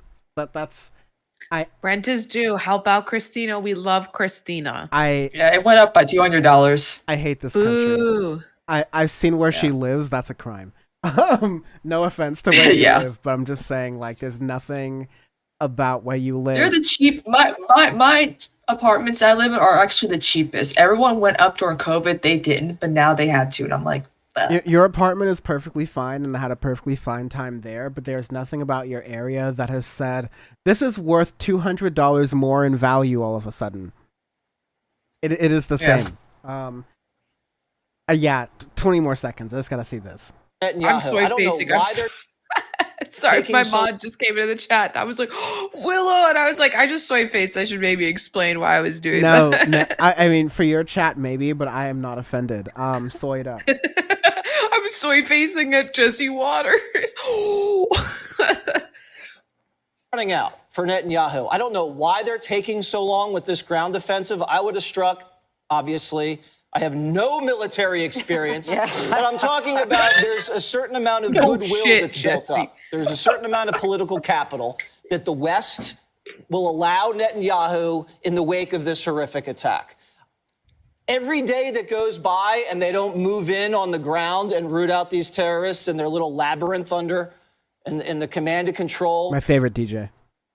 The decapitation strikes.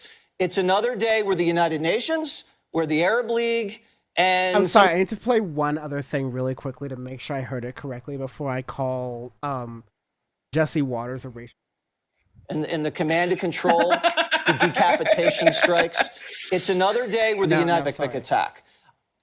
Every day that goes by and they don't move in on the ground and root out these terrorists in their little labyrinth under in the command and control, the decapitation strikes. It's another day where the United Nations, where the Arab... I'm sorry, is he saying that they have rockets that decapitate people? Yes. The rockets hit you, and then they just pull out a sword and slice your head clean off. Oh my god! Is this Team Fortress 2? You couldn't pay me to be this dumb. You couldn't pay me to be this dumb. Oh my god! Why would you? What is this? Most watched news network, y'all. Oh my god! It's amazing. It's amazing. Is this Valorant? Like what? Wait, hold on, guys. Hold on. I'm getting some new information. I just got a whisper on Twitch from Silvio Dante, New Jersey. Hold on, let me fix my... I've been moving my camera on my own screen so that it's flipped the way I want it to be, because otherwise it gives me, like, severe disassociation. They said, oh boy, you realize Hamas is placing their weaponry in...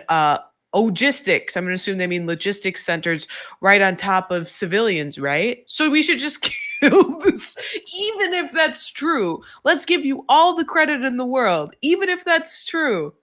Should you just kill the civilians? That's an insane... God, I don't get whispers anymore. It's very simple analogy, all right? And you may believe this given what I've said, but I think the analogy still stands. Given what I've said this entire show, I don't think I've bought myself a lot of credits. But I was in middle school, and there was a bank robbery nearby. And so the bank robbers were hiding in a tunnel that my middle school was right by a freeway, and the freeway is elevated, and so you could get to the streets underneath by going through this tunnel that went under the freeway. The criminals who had robbed the bank were hiding there. Next to that tunnel, on both sides of that tunnel, were a subdivision built in the 1950s for World War II soldiers and inevitably like their families that live there right now, and multiple schools. Do you nuke that? Like, right. Hey, the bank robbers were using the tunnels and they were using the kids as human shields. Like, no, the bank robbers are there. Like, in Dan from the Internet's rare defense of the United States of America, like, the whole story of SEAL Team 6 and getting Osama bin Laden wasn't like, oh, we've got this, like, onion diagram of, like, a bunch of tunnels underneath Pakistan. So we're just gonna, like, nuke that in 3 countries over to get our guy, maybe. No, they, like, brought a specialized team of people in, and, you know, ladies and gentlemen, we got him type vibes, right? And, you know, I'm not gonna, like, cheer on any military kind of thing. I'm just gonna say that, like, if Israel doesn't have the ability to do that, then, like, where the hell is my tax money going? Honestly. It's fool me once, you know the thing. Right. We can't get fooled again. Can't get fooled again. Yeah. J. Cole. Jermaine Cole. Sorry. I didn't mean to disrespect his name like that. No. It's messing around. Yeah, Jesse Waters. I mean, he's doing his job. He's doing his job. I mean, I don't know if he's. I mean, yeah, he is stupid, but like, he's also stupid enough to be making more money than all 3 of us combined and multiplied. So I guess. Right. I was just saying multiple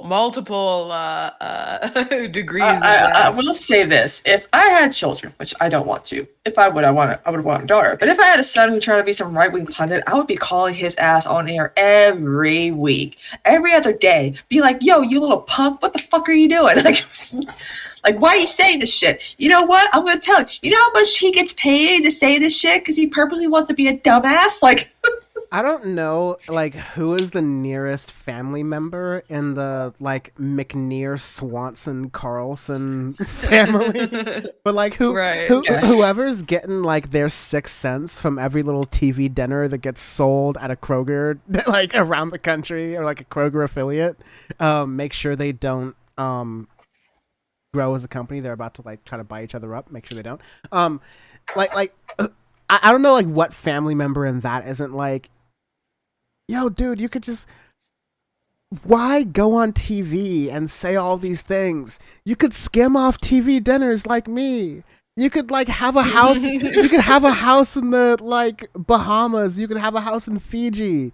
You could just, like, make like, I had a friend whose family worked for, like, Visa.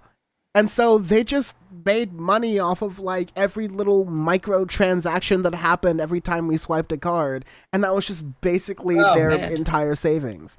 And I'm just like, nice. I have this sorry to make this, like, I mean, also happy to make this more fun. It's just like, if I were ever blessed to have, like, not just, like, Hassan money, but, like, have, like, multi-millions and billions of dollars. I'm sorry, unless you, like, specifically wanted to, like, listen to me speak, and at that point I wouldn't even charge you, like, God bless, I would shut the fuck up. You would never hear from me again. I would be so silent. I would be so silent. I would literally go to a Starbucks once every couple of weeks or so to connect to the internet, and then after that, fuck you. Like, I'm out. Like, that's all. I'll just not work a day in my life again. That'll be great. I've been working cleaning houses since I was 16, so I'd be anonymously donating to charities and, like, learning how to, like, juice coconuts. Like, honestly, like, I'd be doing the most. I'm sorry. I'm looking like this because my daughter just gifted me 10 tier 1 subs. Woo! Thank you, Kaya. Thank you. That's awesome. I'm sorry, I have to read this. I got a chat about your analogy, Dan, that says, so the robber represents 30,000 terrorists. I'm sorry, I wouldn't kill a single innocent person to stop 30,000 terrorists. Because I don't know, man. I'm not just going to shoot a child. I'm not going to bomb a school. I'm not going to bomb a hospital. Well, look what Uvalde did. They sacrificed those whole kids so the whole school wouldn't get shot at. Right. Remember that? Yeah. Like, it's how we can change any of the sides on this. Like, how much more personal do you want to make it? maybe you feel like my analogy of a drone strike is, you know, it's dramatic, but maybe that's just a little bit too removed from you because you can do that with an Xbox controller. How about a sniper rifle? How about a pistol? How about a knife? Like, how much more closer do I have to make it for you?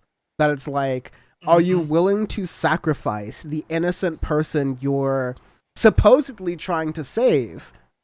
Or do you not mind killing that innocent person because it actually serves your agenda to, like, you know, not worry about their innocence, right?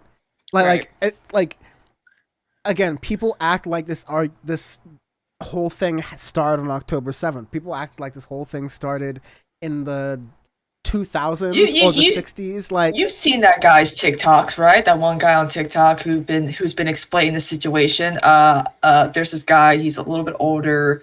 He's like a musician, but he Tom does Hartman. all these like communists versus like liberal, Zionists versus, you know, non-Zion. Like, Ben Shapiro reacted to his TikTok as well as a friend of the Ariana Jasmine's as well, which I was like, oh my God, Ben Shapiro's reacting to her now too. I'm like, oh my God, this is not good. I'm like, dude, you found that one. I'm like, some of these people on TikTok are just so phenomenal in explaining the situation. And there's this one where he got like, Ben Shapiro's reacting. He got spooked by like a fact that he did not agree with. Like, he got so owned reacting to these TikToks. Someone says it's Rathbone that you're talking about. Yes, that's him. Oh yeah, he's phenomenal. I have to check him out. If Hamas let the hostages go, man, Israel wouldn't have a moral shred left. Well, the thing is, Israel has denied hostage exchanges on multiple occasions now. First of all, the hostages were taken in order to do prisoner exchanges with Israel. Israel said no. They said they'll exchange almost all the hostages in order for Israel to enact a ceasefire. Israel said no. So the idea that Israel cares primarily about the hostages, right? And I think that's the point you were making, is utter bullshit. It's not true. They're killing the hostages. They don't care about the hostages. In 2006, Israeli government advisor Dov Weissglass was widely quoted as having said, the idea is to put Palestinians on a diet. That goes directly to, again, this is 2006, and it goes beyond and past 2006. This is a long-term effort to make it harder, not just for Hamas, not just for, you know, the Islamic Authority, whatever, like, terrorist group you're du jour, you're trying to do it. It's trying to make it more difficult for Palestinians to survive. It's trying to make it so that you have a state where more than 50% of the population is not just more than 50% of the population is women. 50% of the population is under the age of 18. All right? They're like, you've been killing them so efficiently that most of the population isn't able to vote for the political group known as Hamas that you keep trying to say, well, they voted them in. So, like, what's the, like, that is how, that is the difference between oppressor versus oppressed. And that is why I think I side personally with, again, I'm not a Jewish person, but I side very closely with the Jewish folks who are against violence being done in their name, as is going on with Israel right now. Yeah, and back to Rayyvana's point, it almost seems as if Israel's the one not wanting to do the right thing here in regards to the hostages, don't you think? I'm just saying. Like, at least from what I've seen, I admittedly haven't been paying as much attention to, like, the ins and outs of how the negotiations have been going, because every single day the death toll just keeps going up, and, you know, like, Israelis are dying, and of course I don't like when anyone dies, but the number of Palestinians who are dying in this conflict is much higher because of the externalities and because of the power dynamics that we've been trying to describe this, and because of the fact that, like, like, even despite these power dynamics, you're seeing a government in Israel who was just like, mo better. Like, they're just like, let's keep spamming the ethnic cleansing button. And again, they're saying, like, oh, Israel is the only nation that warns people before they're going to bomb them, which, like, is a lot of, like, Grand Canyon leaps to make. But Yeah, the number of stories of people who are they're receiving leaflets flying from the sky telling them to evacuate to the south, and then they're evacuating to the south on one of like 2.5 roads that have been made for them to evacuate, and that road is getting bombed too. One of their only exits in the Rafah crossing is being bombed the shit out of. Hospitals and other places that are supposed to be humanitarian areas are being bombed the shit out of. And so if you decide just like let your nuts hang and be like, no, this is my territory, this is where my people have been since before, during, and after the Nakba, I'm gonna stay here, you're gonna get bombed. Right. So it's like catch-22 to the worst proposals. Sorry, Christina, what were you gonna say? Yeah, it's and again, the Daily Show from like 9 years ago discussing the Israel-Palestine thing was like, Jon Stewart was, Israel has a full like warning, like emergency system where they know when it's going to happen, so they can actually prepare to evacuate way ahead of time. But how the Palestinians get warned is that they get a smaller warning bomb. Roof knocks. Yeah, just they get roof. I want to be. So the person who asked the question about the 30,000 terrorists came back in the chat and said, "So oppression should be avoided at all costs." Yes. Easy as so can I just say that my chatters are very smart people, like they would never say it. I think like, Ray's chatters are smart people too. I just think that, like, again, maybe I'm just being like very nice to this person, and I'm just like, we're all on different journeys as we're coming along to those things, and I'm like, you're almost there, This is not one of my chatters. I want to be clear. Okay. Like regular chat. This is someone Another who saw troll my then. stream Her title trolls and are got not that angry. bright then. This is someone who saw my stream title and got angry. Okay, well that's fine. I just said power forward with damn Rayyvana. You're almost there. Like, you're literally almost there, right? Like, everyone. That's what human rights are about. Like, if you are a human being, and quite frankly, as a black person in America, sometimes I feel like animals get more rights than human beings here. But like, if you you'll vaccinate your pets, but you won't get yourself vaccinated. Right? Weird how that works. But like, that human rights are like, if you're a human being, you get certain human rights, and like, there's so many different ways over the course of 70 plus years you can slice the history of how this has gone on.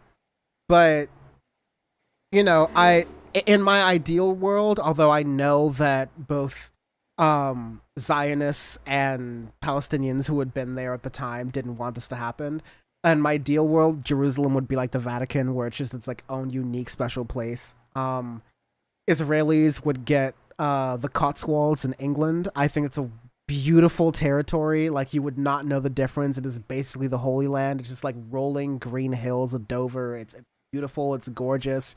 You get the Welsh. They are very open to language. Like, they're super open to it. Like, just let people, if you want to build a safe state for Jews, and you also want to like up the food quality in England, like, I think that would have been the best move to make overall for doing there. And you know what? I don't know. I've seen the Israelis play footy. Like, that could improve a lot of the Premier League as well. Like, just let's move let's move most of the Israelis to. I'm of course being very tongue in cheek here, but I'm just saying, like, if you go back to the most recent sort of like efforts in what I guess like territorialism and colonialism, it's Britain who created mandatory Palestine and created this whole like sort of armistice agreement and facilitated that. And so Rishi Sunak's really managing to dodge all the strays here. Not that it's his fault, especially not, I mean, I pick a day that ends in Y and I'll love to blame a Tory, but like, maybe not Rishi Sunak deserves the most smoke of any British prime minister to ever exist here on this exact moment. But I'm just like, hey, yo, dude, this is a big yuck mouth inbred kind of situation for the Brits. So maybe y'all should cook on this one. I'm British, so I can say that. No, and you're right. I'll say there's an Israeli player on the Spurs right now. So you know what? So you better root for the Spurs or else you're anti-Semitic. Anti-Semitic to not be a Spurs supporter. No, I mean you might as well root for Spurs. They're number 1 right now. So and no one would have guessed that. Literally, no one had that in their predictions. And this is the part where I'm like, what's happening? Sorry. I apologize. Round ball Winter rock. Olympics, and I got you. Round ball rock. Let's go. Kelevin Mekia, thank you for the cheers. Saying sorry, Dan, for the web. I rule here now. I love that. Thank you very much, and thank you for Kaya, giving out community subs as well. That's so nice. Yeah, that's my daughter Kaya. Ah, that's how it's pronounced. Also, Lost Zote, thank for the follow recently. Woo! Yeah. Same here. Friend of the stream. Dear Lord. Yep, dear that's Lord. what follow me too. Our influence grows.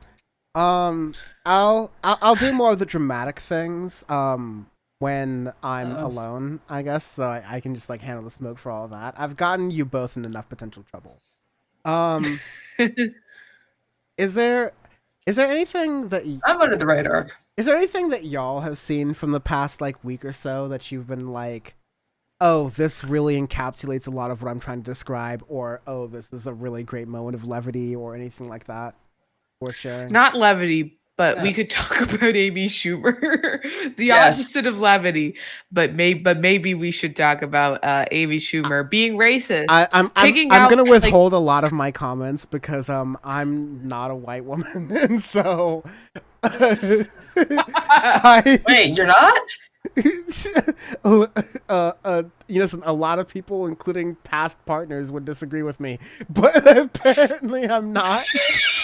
And so there's some things that I have felt in my bones about Amy Schumer that are probably best not spoken. So give me something like. Give me a little bit of time to queue up something about Amy Schumer, but I'm very aware of the context, and I'm happy to like get something. Let's queue up the MLK, because I said it's the white woman Hail Mary play. When you're a white woman and you're losing an argument, the last attempt, the last ditch effort that you have to win that argument, right, is to use a deceptively edited, out of context quote from Martin Luther King Jr. to try to prove your point. And Amy Schumer hit that, right? She did that shit. And I'm gonna go to the bathroom really quick while you pull this up. That's perfect. Sorry to bring up Amy Schumer and then did. No, that's totally fine. I was going to use the clip playing for me to use the bathroom, so that's actually perfect. So we'll trade off here, but some of the other things I've been thinking about, and I don't. Bladder of Steel. Maybe this is a good time to. I know. Are there any chats you want to read? From anyone's, yours, mine, Ray's. Let's see. Let me see. Shout out to Ray's subscribers, because you're not seeing the Adaruni right now. Yeah. Let's see. Ooh. Okay. Oh, so like, oh my God, my Mixed Maddie B, one of my mods, is like, just give the land to Israel for a few years, and if Jesus doesn't show up, Christians can shut up forever. God, I'm gonna really offend people by what I was about to say. I was gonna be like, I have Christian friends who I want to hear from. Well, also, my clip would be Bassem Youssef and Piers Morgan's second interview, where he gives him the oil. Like, he's really like, he knew what he was doing with that one, to get Piers Morgan to soften up a little bit via food that tastes good, unlike his bland British, no offense, Dan. You're right. Was this a day ago? I think it was from yesterday. Okay, yeah. I'm only seeing like the whole like 2-hour video here, so if there's I think the Surfs posted something on their Twitter. Okay, I'll look. Well, on his our known nemesis. No, I'm just kidding. I'm actually gonna start doing I guess Inside Baseball. I'm gonna start doing power reports on Tuesdays, because I don't want to conflict with leftist mafia. And also Tuesdays is starting to work for me, but yeah, because there are also a lot of like half the times I've been asked to be on leftist mafia, I'm like, yeah, I'm totally down, and the other half of the times I'm being like, I host a show of my own that's like almost around that same time. Yeah, it's just it's fine. Yeah, everyone and their mom is on Thursdays, and I'm like, damn it. Oh well. The show must go. The show must go on. It's a good time. But I will say that there is. Let's not start any drama between PowerPort and leftist mafia. Even though we are the better show. No, because we don't risk me not getting on there yet. Because I'm waiting, guys. I'm just saying. Even though PowerPort is the better show, I think that the overall leftist space growing is good for everyone, and so I don't think there's any need for competition.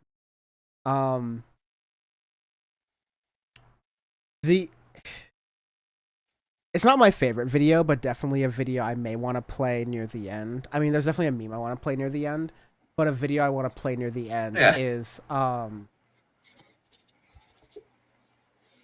mean, want to is not the right thing. But you see, like, Orthodox Jews being, like, punched and kicked around by IDF forces. And it's just like, oh, well, Jewish people stood up so much for Black Lives Matter. Like, what's going on now? It's, like, the exact same thing. Like, our principles are incredibly consistent here. But no. Yeah, it kind of reminds me of that one scene from Glee when Puck was hitting on Mercedes. He was like, blacks and Jews have history sticking up for each other. And I remember that King Martin Luther loved the Jews, and Mercedes like, you just did 10 offensive things right now. Good lord. Okay. That show did not age well. No, that show was awesome. It was awesome. I was a Glee too. Don't get me started.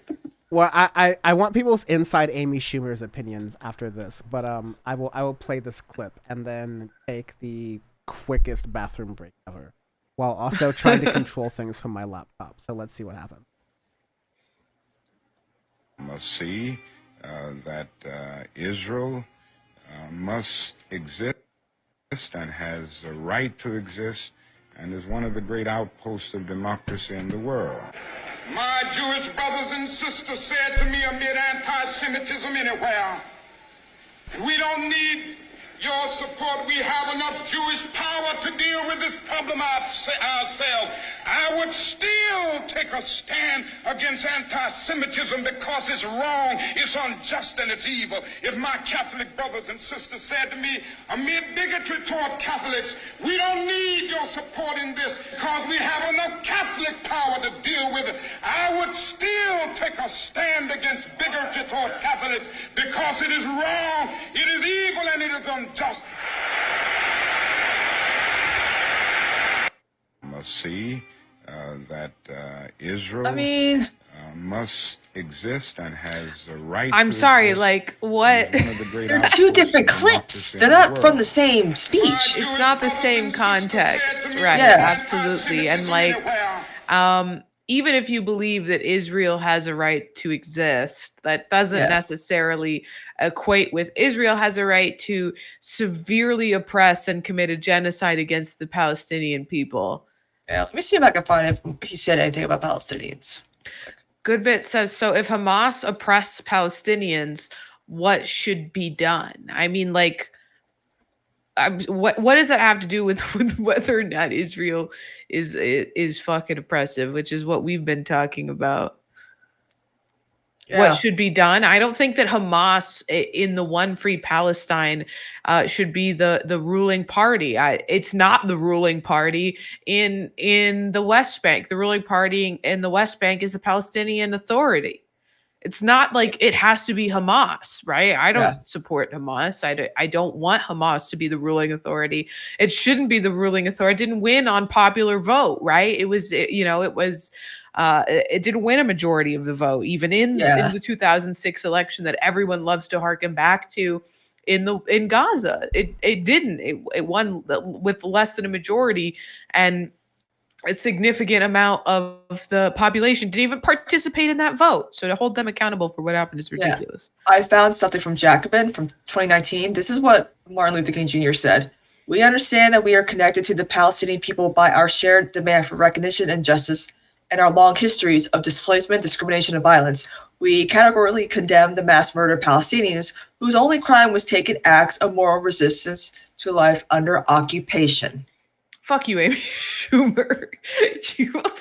Dude, can we talk about her like tacit, not even her non-apology? Because so she called out a black actress of all the people. She like harassed her in the DMs, right? Asia Jackson, of all the people criticizing Amy Schumer, she was like, "Well, let me find the black person doing it so I can attack her." And she called her out in the DMs and said some heinous shit to her. And then she did a non-apology post where she said, "I'm sorry that I'm fat and ugly, and you don't want to fuck me." I was like, is that what you think the criticism of you is right now? Wait, when did she say this? Like, how recently? Because it was yesterday. On Twitter or Instagram? On Instagram. Damn it, okay. It's a post she made on Instagram. That's hard enough. Like, she made that post of like, I'll send you the link. Do you know how many people have been sending her message requests now? So she made this a post on her like front-facing Instagram. Not the interaction between the two of them, I think I'm so glad I didn't just open up Instagram on my feed, because it was a Merrick nude when I opened I didn't even know you could post those on Instagram. Yeah, a few people are like, I'm on Twitter in public, and the first thing I see is a Merrick nude. I'm like, well, there's your first mistake right there. It's literally her. It's her first post on. Sorry. It's her first post on Instagram. Is yeah. Okay. So it says like comments on this one. Did she delete the second image? No, you can see it on yours. I can't see it on mine for some reason. Okay. This one? Yeah, it's this one. Oh. It's this one.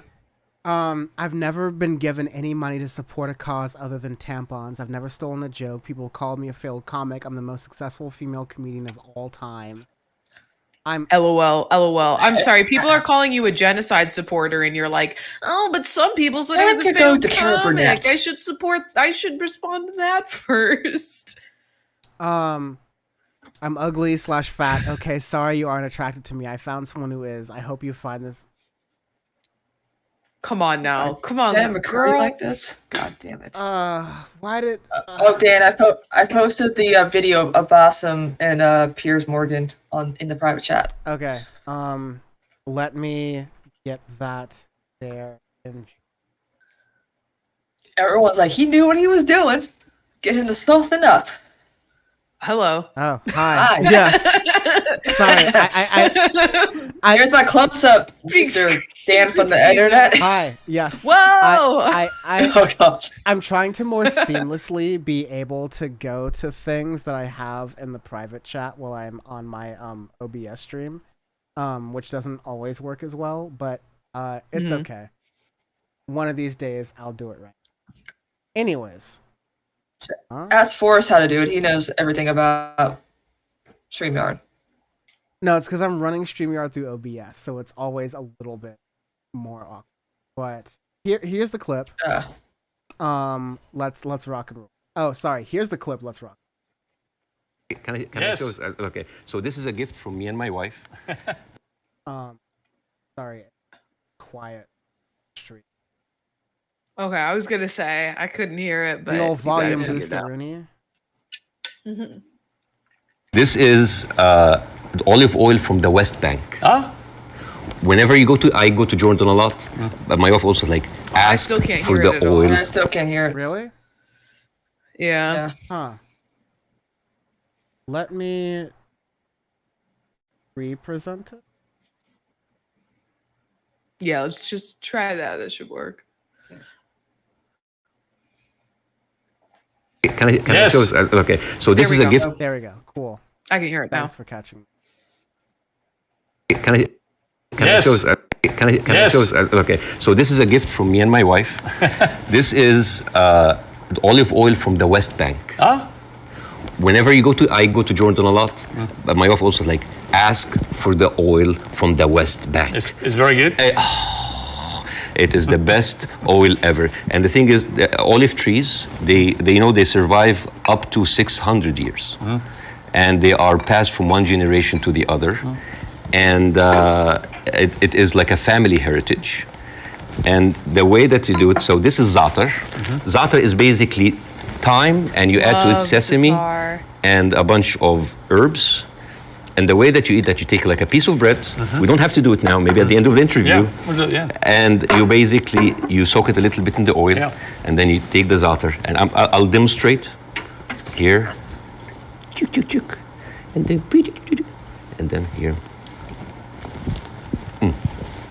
I love it. Well, I love Arabic food. So at the end of the interview, you're leaving with this oil. I will take that. It shows that. Well, thank you. And it's very kind of your wife. Thank you. Thank you very much for me. Well, I'm the one who bought it, but it's okay. Because I've worked up a hell of a hunger in 2 hours of interview, and you have brought your wife's cooking. So tell me again how I do this. Okay, so basically, take a piece of this. Put it in the olive oil, yes, which is from the West Bank. The Yeah, from the West Bank. way possible. You pick up the bread, you dip it in the oil, and then you dip it in the za'atar. It's like a What do you chippy, dude. Oh God! You grab the za'atar in your hand, loose, and then you dunk your hand in the oil. You throw the bread in your mouth, and then you throw the wet seasoning in your mouth afterwards. Pierce, what are you talking? And then a little bit of this. Yes. Like that? Yes. This is like amazing oil coming from the olive tree. This is come from. I'm sorry. It's like as if he's never knew how to chew or eat in his life. Right? Like, I'm trying to think of the guy, the Pedro Pascal eating the sandwich. Like, he's just so nonchalant about it. Like, it's like, I've tasted. If you've ever had good olive oil before, you will be repulsed, like I am, at Piers's reaction. Like, I can only assume what Bassem is bringing is good olive oil, because I haven't had the exact time he's describing. But I've been to places where, like, they really value the olive oil and what they do in that way. And, like, that's the fact that he's, I'm sorry, this is very basic, but it's just like,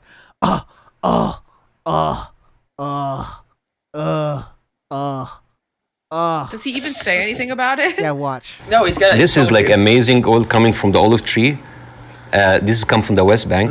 Since 1967, Israel have actually uprooted 800,000 olive trees just to. Good point. That is absolutely delicious. I know.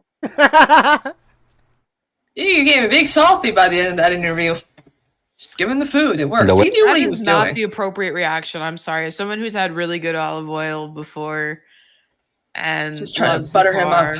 That's not the. He doesn't react enough. Like.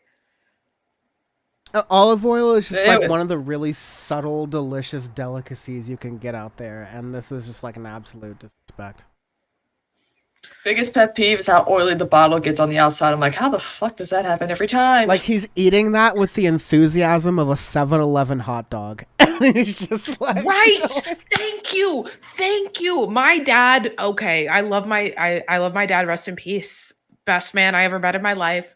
But he was a stay-at-home dad because he worked at night, and he used to take me and my brother to Speedway to get Speedway hot dogs. That was our lunch every day in the summer. And I think that I've lost IQ points because of it. Like, I'm a very, moderately successful and I have a law degree, intelligent person, but I do think that I'm dumber for having eaten those hot dogs.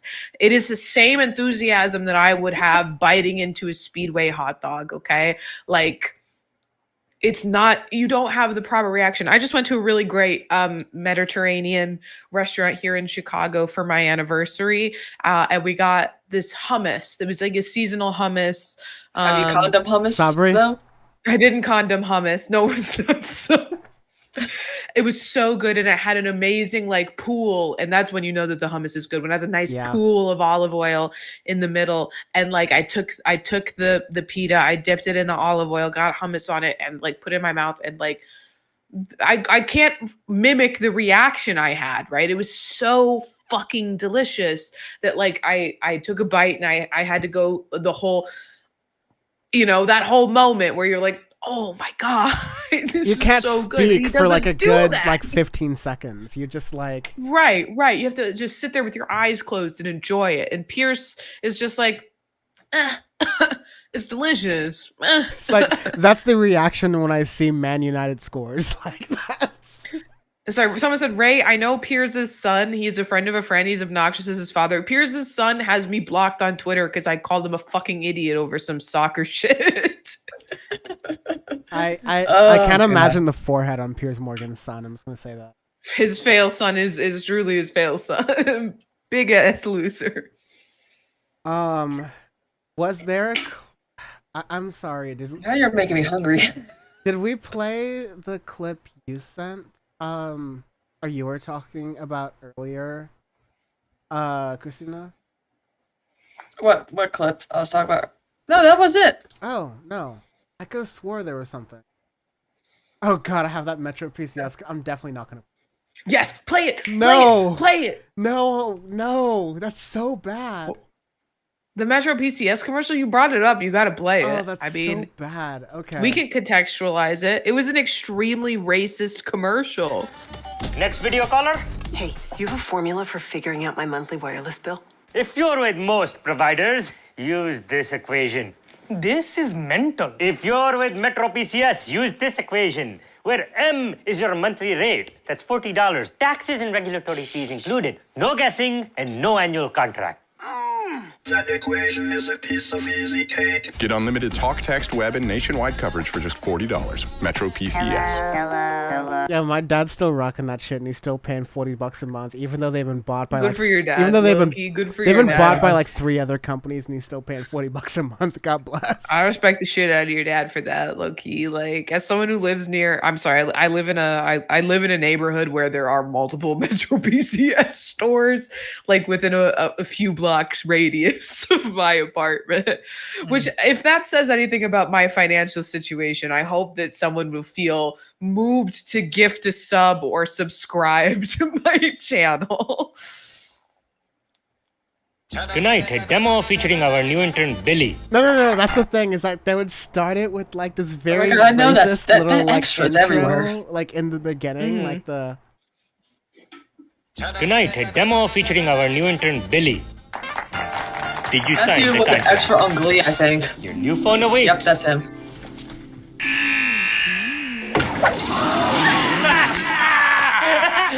Silly Billy! The contract is how the trap is sprung with Metro PCS. No annual contracts. Say ta-ta to telecom traps. Get unlimited talk, text, and web for $40 a month, taxes and regulatory fees included, and no annual contract. I Metro remember these PCS. commercials like the back of my hand. Free Palestine today. Thank you for gifting me a sub. I appreciate that a lot.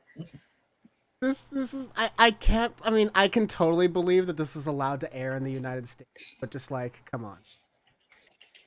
Wireless No, fees I mean, and and taxes. it was. I'm sorry.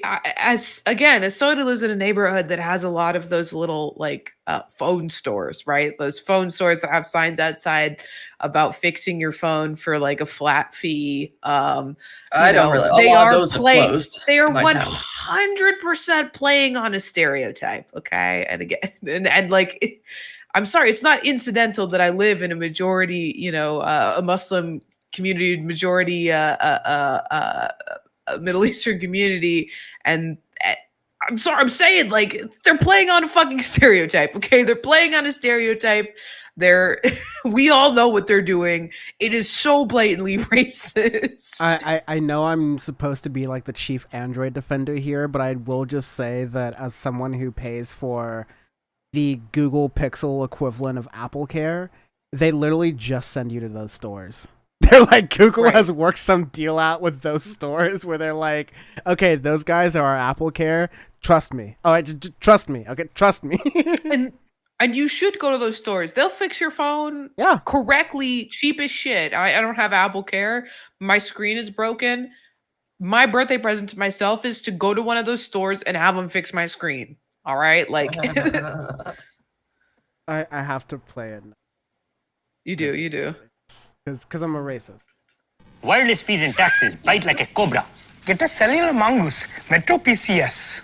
Oh, not this one. $40 a month, period, for unlimited nationwide talk, text, and web. All taxes and fees included. Metro PCS. Wireless for all. And it's like, what was the point of... Like, I remember this commercial vividly. I don't. I don't remember any of these commercials. We didn't. I guess we didn't really have them. I just remember the South, I don't jingle, know. just the hello, hello, hello, just because back then when these commercials were running, Metro PCS was really like the slang was you call it Metro piece of shit because like it was just like the worst signal, the worst service ever, and like I was living bougie at that time. I didn't even know, and I had Verizon, and so like my service has still never been as great. But no, honestly, T-Mobile's been doing me great for the past like decade or so. So I'm gonna stick with Yeah, it. I've had T-Mobile for a million years. I've always had AT&T, and now we got AT&T fiber, and I'm only paying like $80 for 1 gig, which is quite the steal. Okay, so like AT&T wireless is like dog. AT&T fiber is elite. Like anything fiber honestly is elite. Some neighborhoods are getting Xfinity now, fiber. Except Xfinity fiber. I don't trust Comcast. Xfinity is the only internet you can get in Chicago. That's a damn shame. Not like phone coverage, but like as far like that's the only, acceptable internet provider here. That's in the Chicago. same in San Francisco. It sucks. Yeah. I think BreezeLine really had a hold on my town. So now all the other phone companies phone and internet companies are introducing fiber. So BreezeLine will probably be the very last to introduce fiber. So like they're like, it's fiber like internet, but it's just not fiber. And I'm like, okay, cool. So it seems like BreezeLine's got to get pushed out of my town with all the other like fiber like related networks, because the problem we had in my apartment complex was that for those who've been in my community forever would know that my stream would just cut off because the modem would cut off. Yeah. And we had to keep rebooting, and then we would have to call and be like, and then a lot of us were calling the main office here. We're like, yo, management, what's going on with their internet? They're like, it's not our problem. We're not doing anything. It's BreezeLine. So that's why they finally got fiber. And I was like the first person to get it because I'm like, I need this. No, whenever I'm moving to a new place, I pull up the FCC broadband map just to make sure that like the place I'm moving to has fiber. I'm really, I tease. You got fiber, and Hassan doesn't. No, I tease Hassan about this all the time because we used to live in the same neighborhood, but in the in the dumb way that Los Angeles works, like my block had AT&T fiber, and his block just had Spectrum. And he's always bitching about it. He still has it. He's so bitching about it. I would just be like, how does your millionaire ass not be able to like call up AT&T and be like, can you like run that line 50 meters 1 block north to get to my house, please?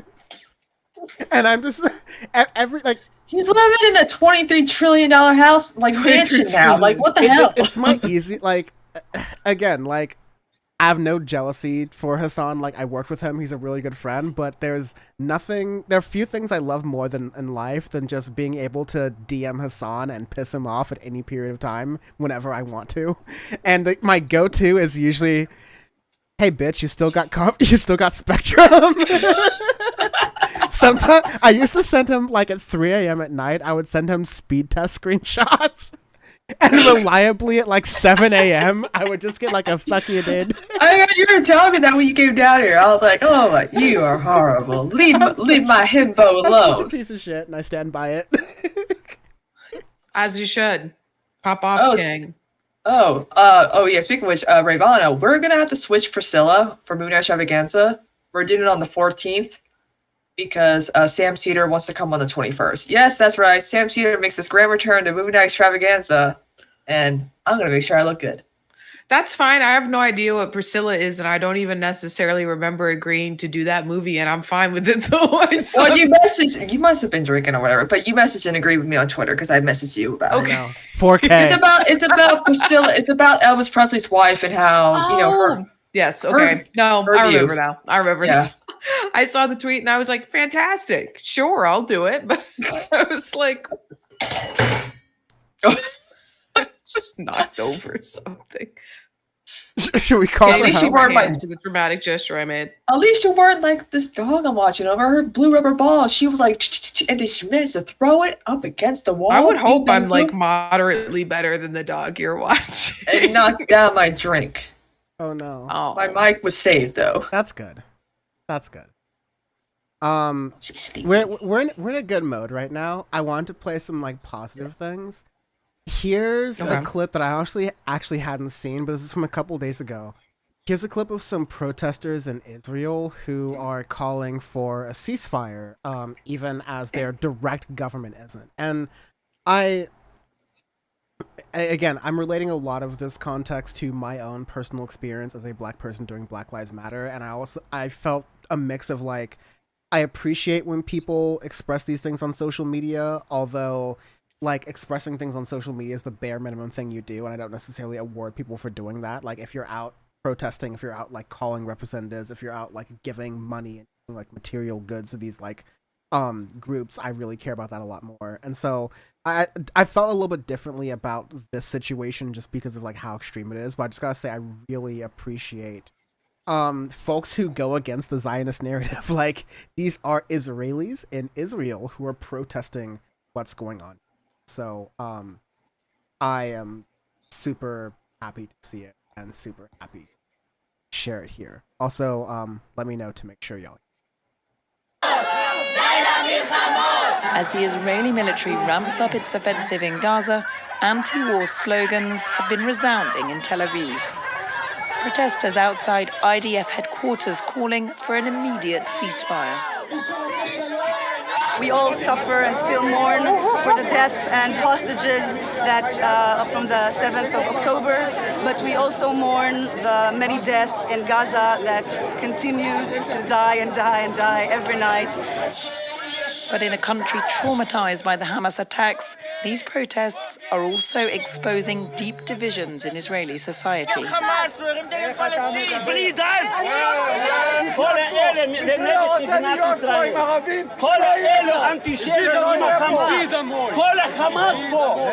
These protesters were among the huge crowds who flooded Israel's streets earlier this year over judicial reforms which would have given the government unprecedented powers.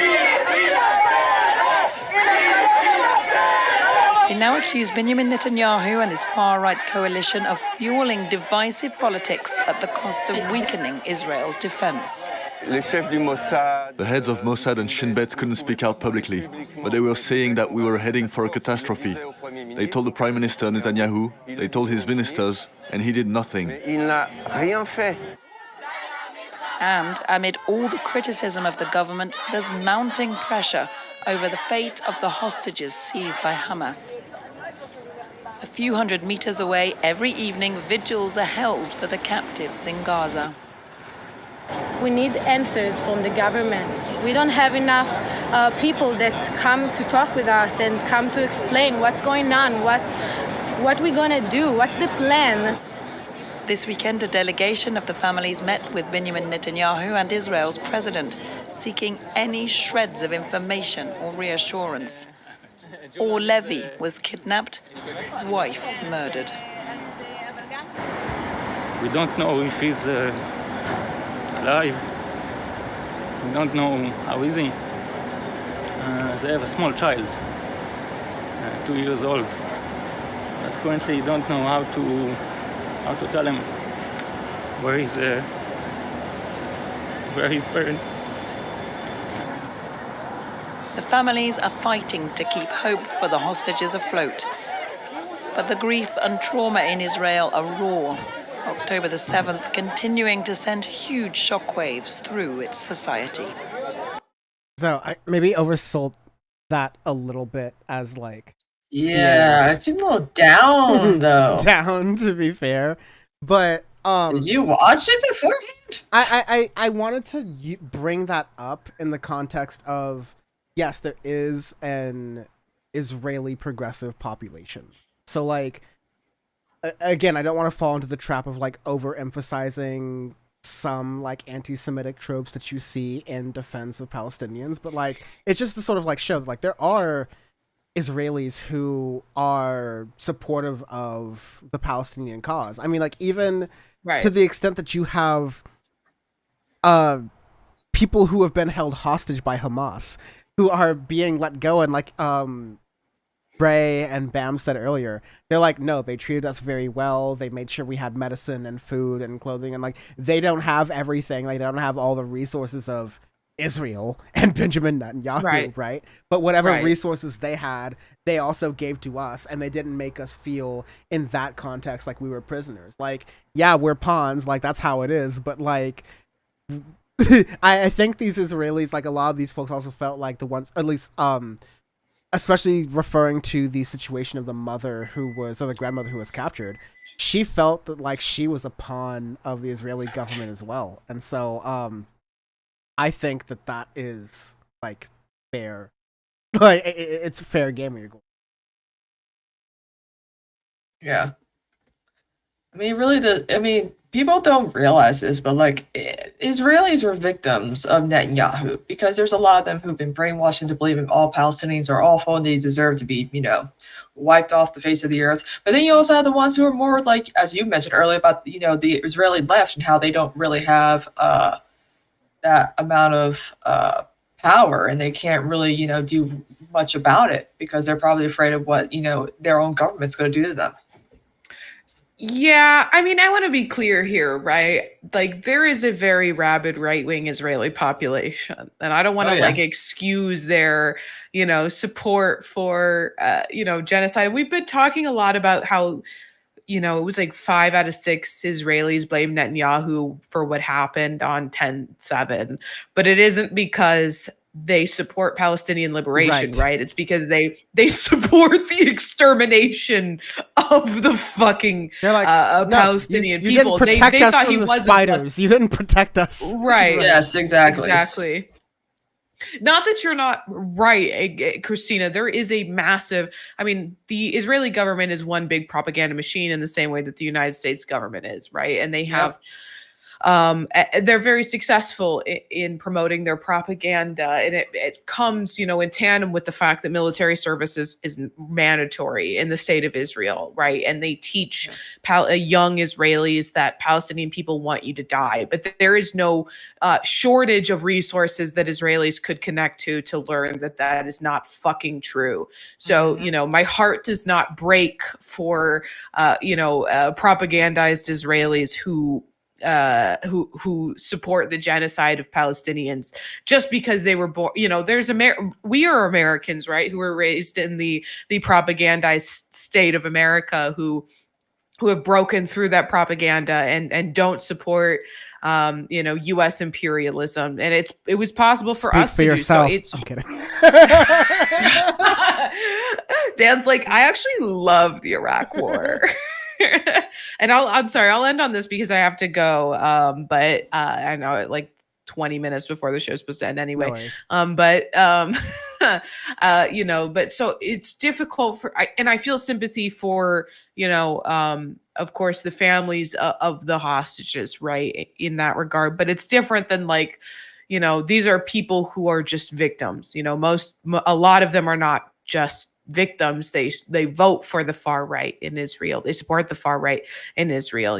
These are the people who voted in Benjamin Netanyahu after he, played no small role in the assassination of Rabin, who was, before Benjamin Netanyahu was elected the first time, the prime minister of Israel, who supported, and he was a Zionist. I want to be clear. He was a Zionist, but he supported negotiating with Palestinians for peace, and supported a 2-state solution, which I don't support, but he did, and they killed him. Far right Israelis killed him at the behest of Benjamin Netanyahu, who is holding rallies essentially calling for the murder of Rabin, and that is exactly what happened. But I also want to mention, because they didn't say it in that video, but the video mentioned that the families of the hostages met with Netanyahu. And what happened in that meeting is that Netanyahu hired an actor who ran into the meeting pretending to be a family member of a hostage, screaming, because the family members of the hostages were calling for a ceasefire from Netanyahu. They were calling for caution and a ceasefire. And this pretend family member said, Benjamin Netanyahu, whatever you want to do to the Palestinian people, do. No action is too far. Pretending to be a family member of a hostage. He hired that motherfucker. Our taxpayer dollars funding that shit. Your tax dollars at work. Making sure the go into crisis actors. Meme state. It is a meme state. We're paving the 80. That's all we're doing. We're just making sure that freeway's running. No. Oh my god. Just insane. Thank you, Ray, for joining. Books know where to find you. You've always been such a, and especially with such a really great and balanced voice with everything that's going on. And also keeping me in check, which as Pam and Christina would say, definitely needs to be done. But thank you very much. See you next time. Thank you so much for having me. We're going to raid over to Christina. Everyone go. Christina has to pay rent tomorrow. So go donate whatever you can do to support, help out. But thank you so much for having me on as always. And I'll be back in a couple weeks. So bye, Ray. Peace. Bye, guys. Night. Yeah, we can shoot the shit for as long as possible if Rayyvana's going to raid in. So that's cool. Yeah, no, I've got time. There we go. Yeah. I don't start work until 10 o'clock tomorrow. And I slept like a baby last night. Frankie. Also, Rayyvana, thank you so much for the raid. There are with the dog being here, Frankie's not begging for food as much. Huh.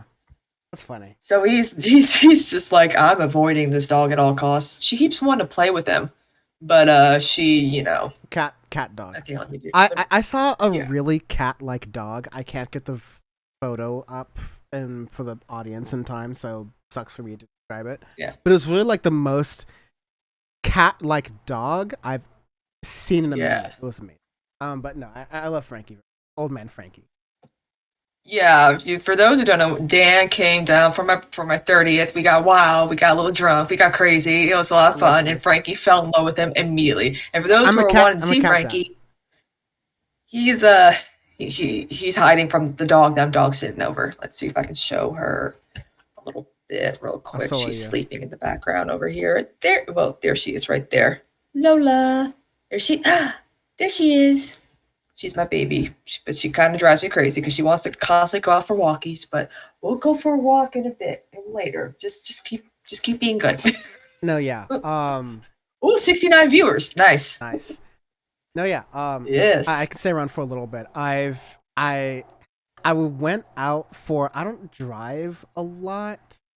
I don't say. Oh yeah, we know that for a fact. I say. I'm trying not to say that much about my car experience over the past couple years because it's gonna be in a lefty YouTube documentary type thing I'm making. That's gonna be awesome.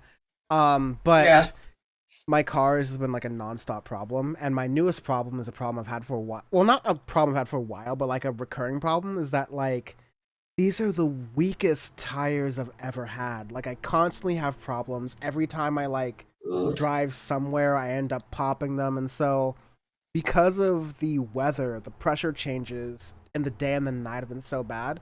I went out to go go a little bit uptown to get some lunch or whatever. And one of my tires is like, yo, your pressure's like 6. and the tire pressure rating for my car's tires is supposed to be like 42. So I was like, hey, yo, man, this ain't right. So yeah, I've got to wake up early tomorrow and get my tires. That's very riveting talk, I know, for stream. And so I'll stay on for a little bit. I may not be out forever, but there's definitely a bunch of great clips that Sachi has prepared for us. By the way, Sachi, who I am just breaking news right now. I just haven't been able to message him this. I'm gonna try to get him on the show because he's been doing a lot of great work behind the scenes, producing the show and getting it prepared for my messed up ass who can't produce shows on time given my schedule anymore. So Sachi's been a great help with this, and so I want to get his voice and have him on with these things. There's a couple of things I could like deeper go into from here. Some of the stuff is like really bleak and I kind of want to go into like these are like facts that like underscore what we've been saying, like 42 relatives in a single family, a Palestinian American family, were killed in Gaza. Even CNN covered that story, so you know how that is. It's just really sad. There's historical context things about like, Benjamin Netanyahu really really, what would I say? There's a black saying called "put your foot in it," which is like when you're making food that is like really good. It's just like, oh, you put your foot in it. Like it's like, oh, you're really cooking here. Like Benjamin Netanyahu was putting his foot in it when it came to Hamas. Like, he was like, no, we are. He's really cooking it. Yeah, he was really actively like, no, we as the right-wing Israeli government would prefer to have Hamas in power because we got some for that. We got some for, and what we're seeing right now. But again, of the nicer things I have to talk about this, I will say that like, the Financial Times, which is not to bore people, but yeah, not for us. It's not for us, obviously. Yeah. I won't read the whole article, but I'll just say, like, just for some future stuff here. As for like, people are wondering, okay, what's gonna happen next, and a lot of people are reacting to what's happening right now. But as far as what's gonna happen next, the most banger line I have read in an article in a very long time, like an article that made me like, I am proud to be a Financial Times subscriber, which is something I've not said in a while, but like, you know what? Here it is. It's this line right here, which is, Hamas is more Viet Cong than ISIS, said Hokayem. I'm trying to figure out who he is, but like, his last name is Hokayem. Oh, you gotta accept the cookies though, because I can see that too. It takes me to another page, so like, it's so much to deal with, and I don't feel like okay, that's fine then. But let's see. Let's lock them and let's save. There we go. And now it's asking me to unlock the article, and I don't feel like signing. But the whole point is that, like, sorry, it's all good. It's basically saying Hamas is not what everyone thinks it is. Yeah, that is pointless to compare to ISIS. But the comparison to ISIS is because, like, ISIS stood for, and it got shortened to ISIL and then IS, but it stood for the Islamic State. Yeah. It was supposed to be like this, we want to expand and have a government that is far-reaching, and so we want to take over Israel, and we want to take over Iran and all these other different places, and we want to, like, be super reaching.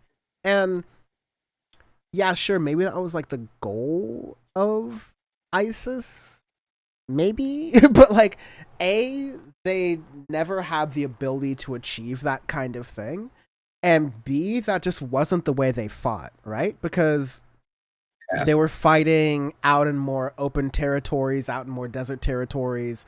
They were going more directly against American troops where they were. There were, there were some rumors about some terror cell things happening here, there, whatever. But when... Oh yeah, remember the terror cells in the U.S., which was just Muslim communities, I'm assuming? I mean, like, not just assuming, you're like 100% correct in that, but Oh, cool. Like, that Fox News was freaking out about that. And what they're doing right now, what you're seeing on Fox News directly is that, Joe Biden doesn't know anything about what's going on over the border, and so Hamas and Iran and China are sneaking in terrorists to the southern border because okay. How can Hamas can't even leave Palestine. How the fuck is Hamas going to get to the border? This goes into what I'm saying here, which is when we say Hamas is more Viet Cong than ISIS, the Viet Cong, which I'm sorry, that's just to put the in front of things, but Viet Cong army was fighting a guerrilla war, Guerrilla, which means that they were fighting urban warfare on their turf. This is what happened a lot in South America during some of the South American CIA sort of involvement that you saw in as recently as the 2010s. Yes, kind of the 2010s, but like in a lot of the 20th century, rather. So in the last... There's a history there. Yes. I had a Latin American... he wasn't Latin American, he was white, but he focused a lot on Latin American politics, and he was just a really bad lecturer in college. So I didn't pay attention to a lot of what he was saying, but he was pointing out a lot of these, in retrospect, I'm kind of thinking about it now.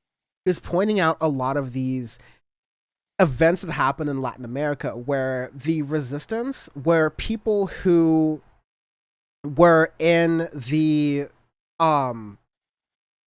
like they knew the landscape they were fighting in.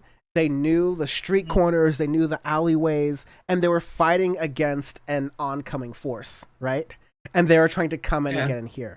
Skull Dragon, the 13th says, like Africa and the Amazon. I'm not sure necessarily there because the Amazon's in South America. But like, it's a specific. I mean, that's why we're saying the Viet Cong. America and other allied forces came into Vietnam, and it's like, oh, you're fighting us on our turf. You don't know our turf the way we know our turf, all right? So we're going to make it go down here.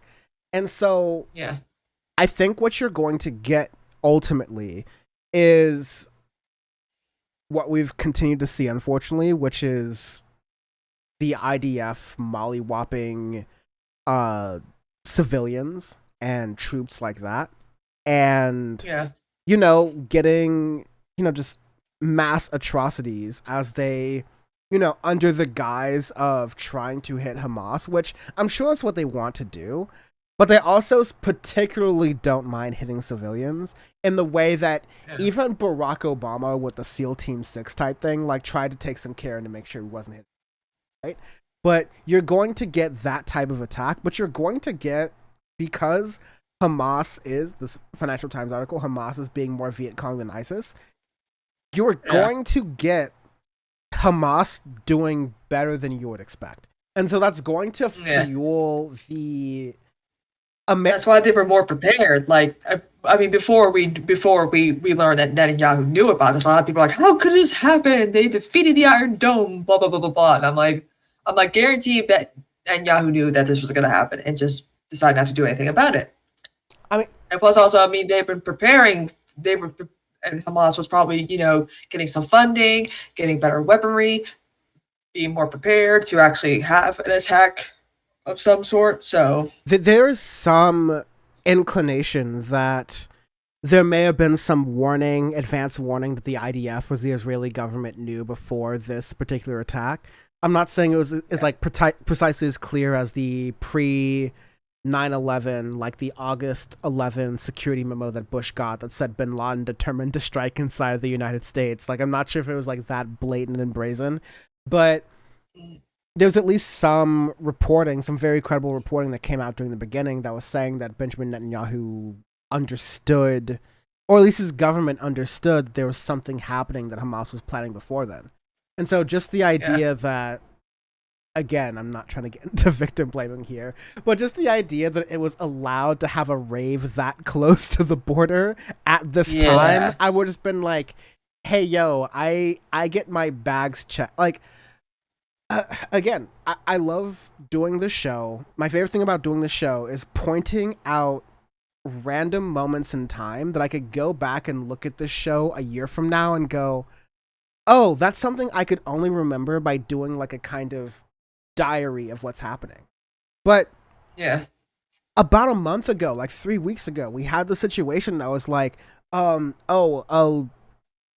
was in reality an former leader in Hamas, like not even a top guy, was saying, we're calling for a day of jihad on Friday the 13th in October, and everyone better watch out because there might be some weird stuff happening around this weekend. And I was like, I, as a black person traveling on a flight,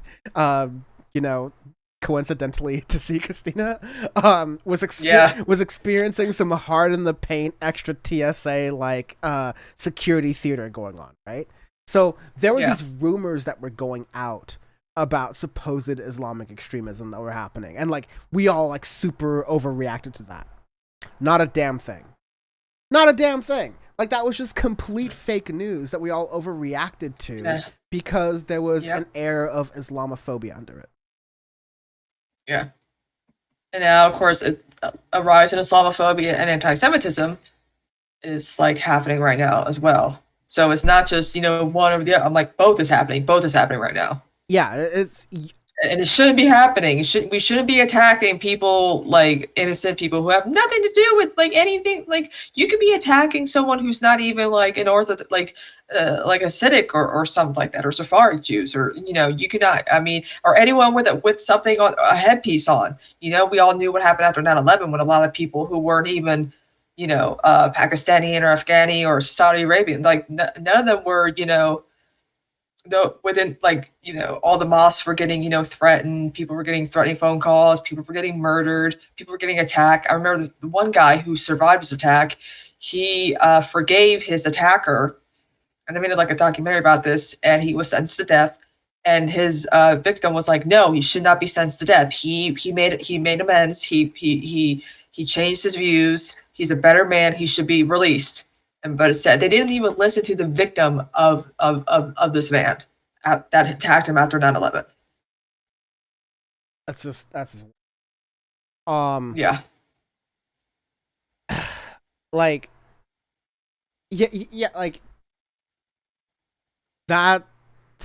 I could go through the whole Financial Times article. It's like boring to go through an article as opposed to a video. So like as a host, I'm not going to do it. But like that was when you get so much of the press, especially like the Wall Street Journal was the outlet that came out with the original headline that was like, "Oh, we know for a fact who did this and how this happened." It was like widely debunked by like even like the United States and Israeli intelligence. They were like, "Yo, I don't know what the Wall Street Journal's popping off about, but like that's not true."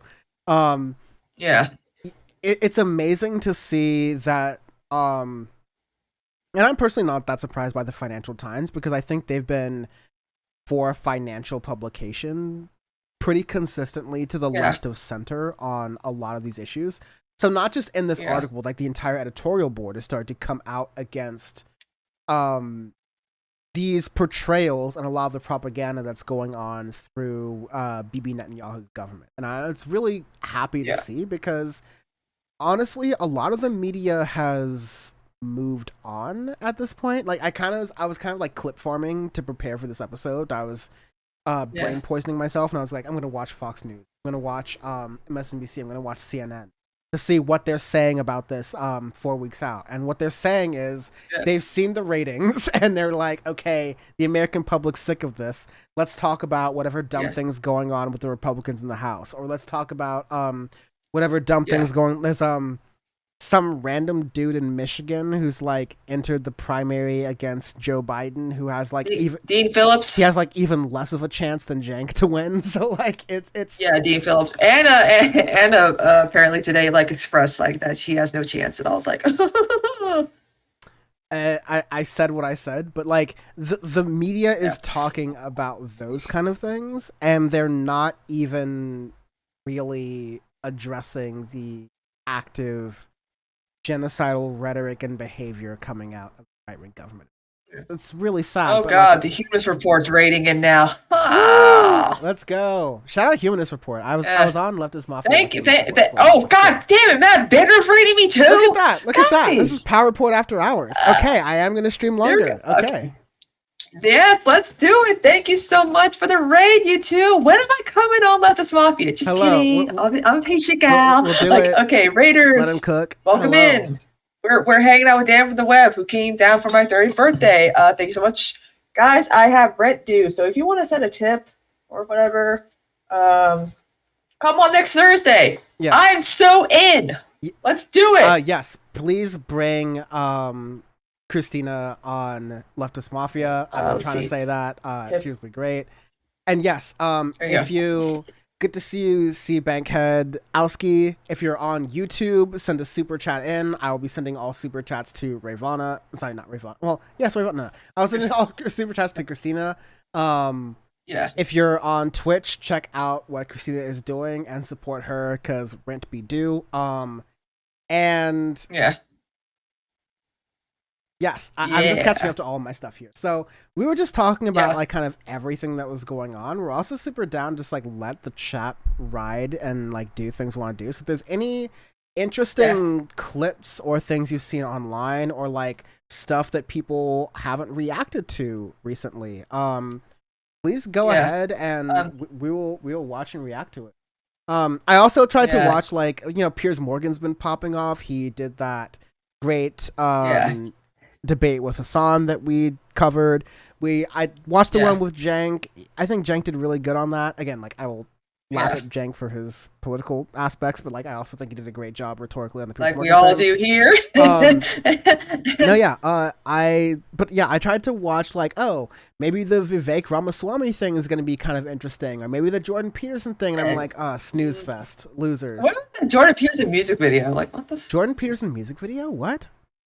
Jordan T. Peterson thought, I don't know. I don't know if it was officially him or whatever, but I was like, wait, what? I don't. What's he doing now? I don't have it in me, honestly, at this point to do that. I can't stand him. I can't, up yours, you woke moralist. I can't stand it. Oh my God, his voice. No, I can't do it's it. Forrest Miller, host of Movie Night Extravaganza. By the way, let me do that. Let me plug the movie night here. For those who are new here, Matt Bender has been on a little podcast that I co-host called Movie Night Extravaganza. Yeah, Sam Cedar's been on. Matt Bender came on for my birthday last year, but Sam Cedar's returning on the 21st of this month. So go and subscribe and check us out because we have a lot of fun and we have a lot of interesting guests. We've had Dan on before. We gotta bring Dan back. Yes. God, I mean, literally one of the sad things was. Oh yes. I'm sorry. I hope this is real. You can't really trust too many things on Twitter, but this looks decently. Yeah. But let me frame this. No, don't worry. Sam's known for plugging stuff. He's plugged his previous episode multiple times leading up to and afterwards. Let's see. Bears like 6'7".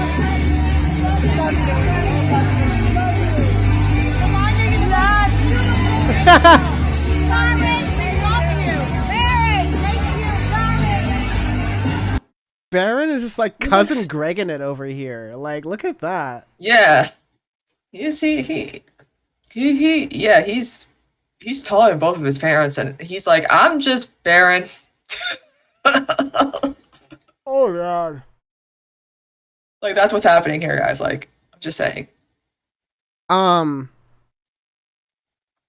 I don't know. I mean, I still have some more of the Ta-Nehisi Coates video. I have more Metro PCS ads, unfortunately. There's still a lot we have to work with. I mean, we could talk more about you when you hang out, when you came down for my birthday. Chill and shoot the shit. I mean, I could pull up, if any of the Google photo videos backed up, I could pull the photos where you were accidentally showing thong on. I'll probably. For those who don't know, it was my 30th, and we got really drunk, especially me, and my dress was a little short, and we live streamed the party, us dancing and stuff like that. and my underwear got exposed quite a bit. Let me make sure no innocent people are accidentally in my photos because this is a personal photo gallery. Yeah. But you gotta send me those. Yeah, I really do. I mean, I actually don't have a lot of. Yeah, it looks like I don't have a lot of photos from the night itself. I mostly took photos of Frankie. Yeah, I must. Let's see. I mostly took photos of all the cats. Well, I mean, I guess there's your ass on stream because I was trying to get a photo of another cat and it being I guess there's that. And I guess to give the folks what they pay for. Let's see. So that was this photo here.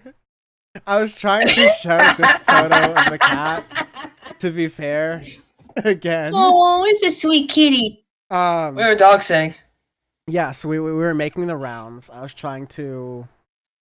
I'm just cat spotting. Yes. And yeah, my big ass. Yes. But let's see. I just ass. The only picture I really have is I took a screenshot of us in your stream and some of your friends as we were talking. Yeah. Folks will have to see the replay of that, I suppose, to get all that. But yeah, I went. This was my first time in South Carolina, where you are, and I was hanging with you all there. I mean, technically, this airport is in Georgia, but I was just like, oh wow, this is really cool. Y'all are really doing it up here. Although, actually, Don, that's my ass. I'm just saying. Yeah, okay. Don James saying, can't tell that's Dan or Christina's ass. No, it's a big one. I declined to comment. I guess the Georgia was cool. It was my first time in Georgia. I mean, no, I've been in Georgia before, but not that part. First time in South Carolina, and it's basically Oppenheimer, is what I'm learning.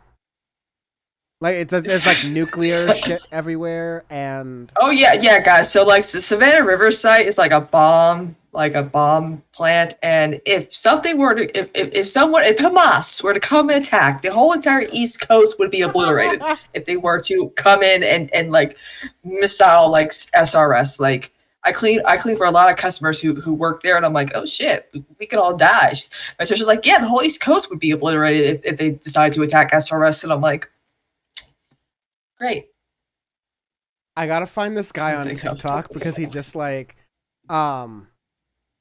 he is like British guy who like shows the real side of England that no one should go to and is really terrible. England. And he did a typed it or like I can't put it in here. Like I can get it. Pause. But he posted this really funny video of or at least I took a couple seconds of it because I hate sound and I get like a funny video. And he was talking about what life is like in England, and the analogy he used was like really offensive considering everything that's going on, but it was really hilarious to me. And I've given a good tease for it, but my computer can't pull it up in time. So, oh no, there it is. There. Oh, shit. There it is. Okay, sorry, I won't do that again. No, that was great. That was fun for the. Let's see. There we go. Can I pull that into Chrome skis? It might. There we go. Yes. I don't know if I can see it. There we go. Oh god. It might look like the Israelis have been bombing it for the last 48 hours, but this is actually Gillingham in Kent.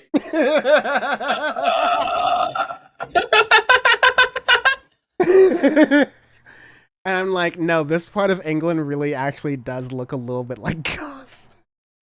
Not to again, not to downplay the horrible. Because of Israel, remember that, guys. Not to downplay the horrible thing that's going on there, but just like, I mean, there's two things we can blame the current situation on in both Gaza and Kent, and that's the British.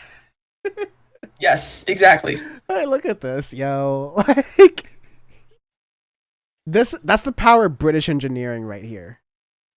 It's the power of British engineering. Okay, sorry. I was trying to do a Huey Lewis in the news thing. But yeah, no, your party rocked. I don't know how or why these circumstances happened, but we broke into a live stream dance of Slightly Too Short Thon Christina and all of her friends dancing to Get Lucky by Daft Punk. No, sorry, it was Blue by Eiffel 65. By Eiffel. And Soulja Boy. Soulja Boy Tell Him. Or Crank That Soulja Boy, sorry, by Soulja Boy Tell Him. Unfortunately, I forgot to do some Backstreet Boys dances for you guys, but maybe I'll get drunk during my Christmas, when I decorate my room for Christmas, because I'm going to be doing that soon. We're going to do the yearly traditional mother-daughter Christmas decoration this weekend, hopefully, or next weekend. Well, actually, no, next week I'm dog sitting. But yeah. Oh, y'all wanted to see my cat. There he is right there. Look at that baby. He's 14 years old, and he's a big, big baby. He does look a day over 4. Oh, yeah, he got really close to me, so we got a lot of really great photos. Oh, look at that. You got the belly. Look at the great belly. Look at that belly. Oh, he's just so tired. He naps like 20 hours a day. Yes. Yeah, that's what he does best. Yes, he is a chunky boy. He's my chunky boy. He's a chunky Ben. He always looks so serious when he. But he likes the camera. He loves it. I have both the best and worst experience at your airport because. Yeah. I think we got there early and yet they still wouldn't take you. I mean, I was roughing through it. I'll be honest. Like, I got there early. I got there 45 minutes before the flight. Okay. Yeah. And this is the gate. All right. There's literally 2 lines you can possibly go to. I mean, maybe there's more, but let's be real. At this airport, they don't have both of these deskfuls. There's a Delta line. There's an American line. I got there 45 minutes before that flight. And if you've ever been in like a rectangular shaped elementary school in the United States or like a primary school anywhere else, like that is the shape. I've been to one. That is the shape of this entire airport. It is not that large. It is not that substantial. And so I get there 45 minutes before the flight. Mind you, I fly out of LAX and they're like, if you check a bag 40 minutes before the flight, like, we hate you and your bag might come late, but like, we've got you. Here, they were like, oh, you've come here 45 minutes before your flight. Sorry, the gate's closed. We're not checking your bag anymore. And I'm like, American doesn't have another flight going out here for like 5 hours. I'm like, this place is smaller than a Wendy's, and you're gonna tell me? It is. The Augusta airport's very, very, very, very small. Like I've been in small Costco's larger than this airport. And yeah, they just told me that they wouldn't take my luggage, and I was like, okay, cool, bet. So I guess I missed the flight. And thankfully I was able to get a connecting flight to get to my final destination at that time. Because I was heading to New York for day job work.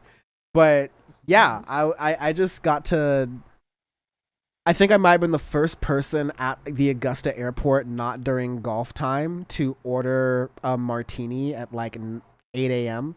But I was like, okay. Treat yourself. That's one thing my mom said. My mom was like, Dan loves to drink. I'm like, hell yeah, he does.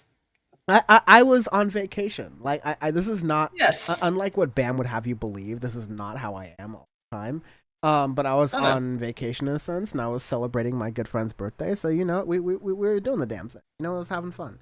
Yeah, exactly. I mean, I had like 10 fruit punch cocktails that night, and I mean, I don't remember much that night, but I remember I had a good time. Am I not? Do you remember that I'm a great bartender? Yeah, that's true too. Sam only had one of your drinks, and she was already hammered like halfway through drinking it. I do good work. I do the Lord's work. Yes, you do. But no, that was a great time. I was really enjoying it overall. There's the cat photo because I'm afraid of what will possibly happen in the show. But he's so cute. No, yeah, I had otherwise, yeah, I was just in New York. Oh, I have a photo of another episode of Power Report where like I was trying to get me, Ray, and Jeff to work on my little computer here. The little computer that could. The little computer that I actually run, you can kind of see it on the screen here, but this is the one I brought to you when I was... Yeah, that's right. But I run Power Report off my big computer, and I do all the controls on this. So this is basically just like my $1,000 Stream Deck, essentially. Yeah. But yeah, that's Inside Baseball. Let's read some... Omega Shen Dragon says Ray looked nice that day. I also agreed. I'm not even trying to be pervy about it. It was TwitchCon, so she was in Vegas and she was all out, and yeah, it was working for her. I think I looked hot too. No, I'm just kidding. after that show, I had a street burrito. I was staying in Williamsburg, and I had food poisoning the morning after. So oh no, I was going through it at that point. But no, it was a great party. We'll definitely... I'm gonna do 2 versions of my party. I think you'll probably have the most fun going to the East Coast one, if you're able to. But that's gonna be... We'll see. That's in February. So there's a little bit of time. Yeah. Oh, my sister's gonna be coming down for the summer, and she's gonna fill in for me for my mom's work so I can stream during the day. Nice. Or try to stream 12 hours like Hassan does. Don James says, I've been to the West Coast to the East Coast 3 times in a Greyhound bus. That's intense. Dude. Mad respect. Yeah. That's really hard to accomplish. Oh, yeah. I do not envy. I've been on a Greyhound just from going to Southern California to Northern California, and I would never do. Oh, oof. OG Mountain Dragon says, I just flew out of Flagstaff and they have an airport cat. I love that. Oh. Also, Don James, didn't know that you took a plane, Dan. Makes sense if you're in LA, though. I mean, like, yeah. I mean, I would... Yeah. If I had the free time, I would love to take a train across the United States, but I have a day job that would really make that difficult to do. So, no. Yeah. Yeah. But I do recommend the Pacific Surfliner, which you could take up like half of California. It runs along, actually even further than Pacific Coast. So you're actually closer to the ocean than even Pacific Coast Highway. Beautiful. Yeah. Oh, Don, you'll probably see my sister on Sunday when we do our Christmas decorating. Oh. So everyone gets all excited. I'm like, I'm the pretty one. I mean, I Just have kidding. more ass photos, inadvertent ass photos here, but that'll be for later. And that'll be for the members, I guess, in the stream. For those who stay past midnight. Oh, it is past midnight on the East Coast. But no. Yeah. I'm definitely gonna start planning power reports with like some auxiliary fun things. It's been very hard to find fun stuff this week, but Yeah. do you have a favorite Halloween costume that any like celebrity or prominent person did? Because there's been thing this with Sean Diddy Combs, who has Oh my god, yeah, the Joker thing. yeah, Ooh, so he was banned from doing the Joker. He was sent a cease and desist from doing the Joker, in my opinion, too well. Yeah. And so people were like, no, you can't do this. Like, you're just too good looking at this. Let me try to pull this up on the Google image search here. Like, yeah, you're seeing some of these here. Like, this is Diddy, y'all. Like, this is... You did pretty you good. think you're doing Halloween, and then you see Diddy right here, just on the streets of Los Angeles doing it big. And you see some of these Batman images because in between the Joker years, which I think he did like 1 or 2 years ago.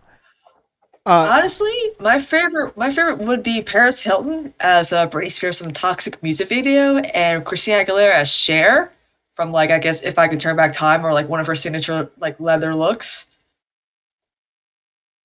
Let me see. That was pretty cool. Paris Hilton. Years cost. Yeah.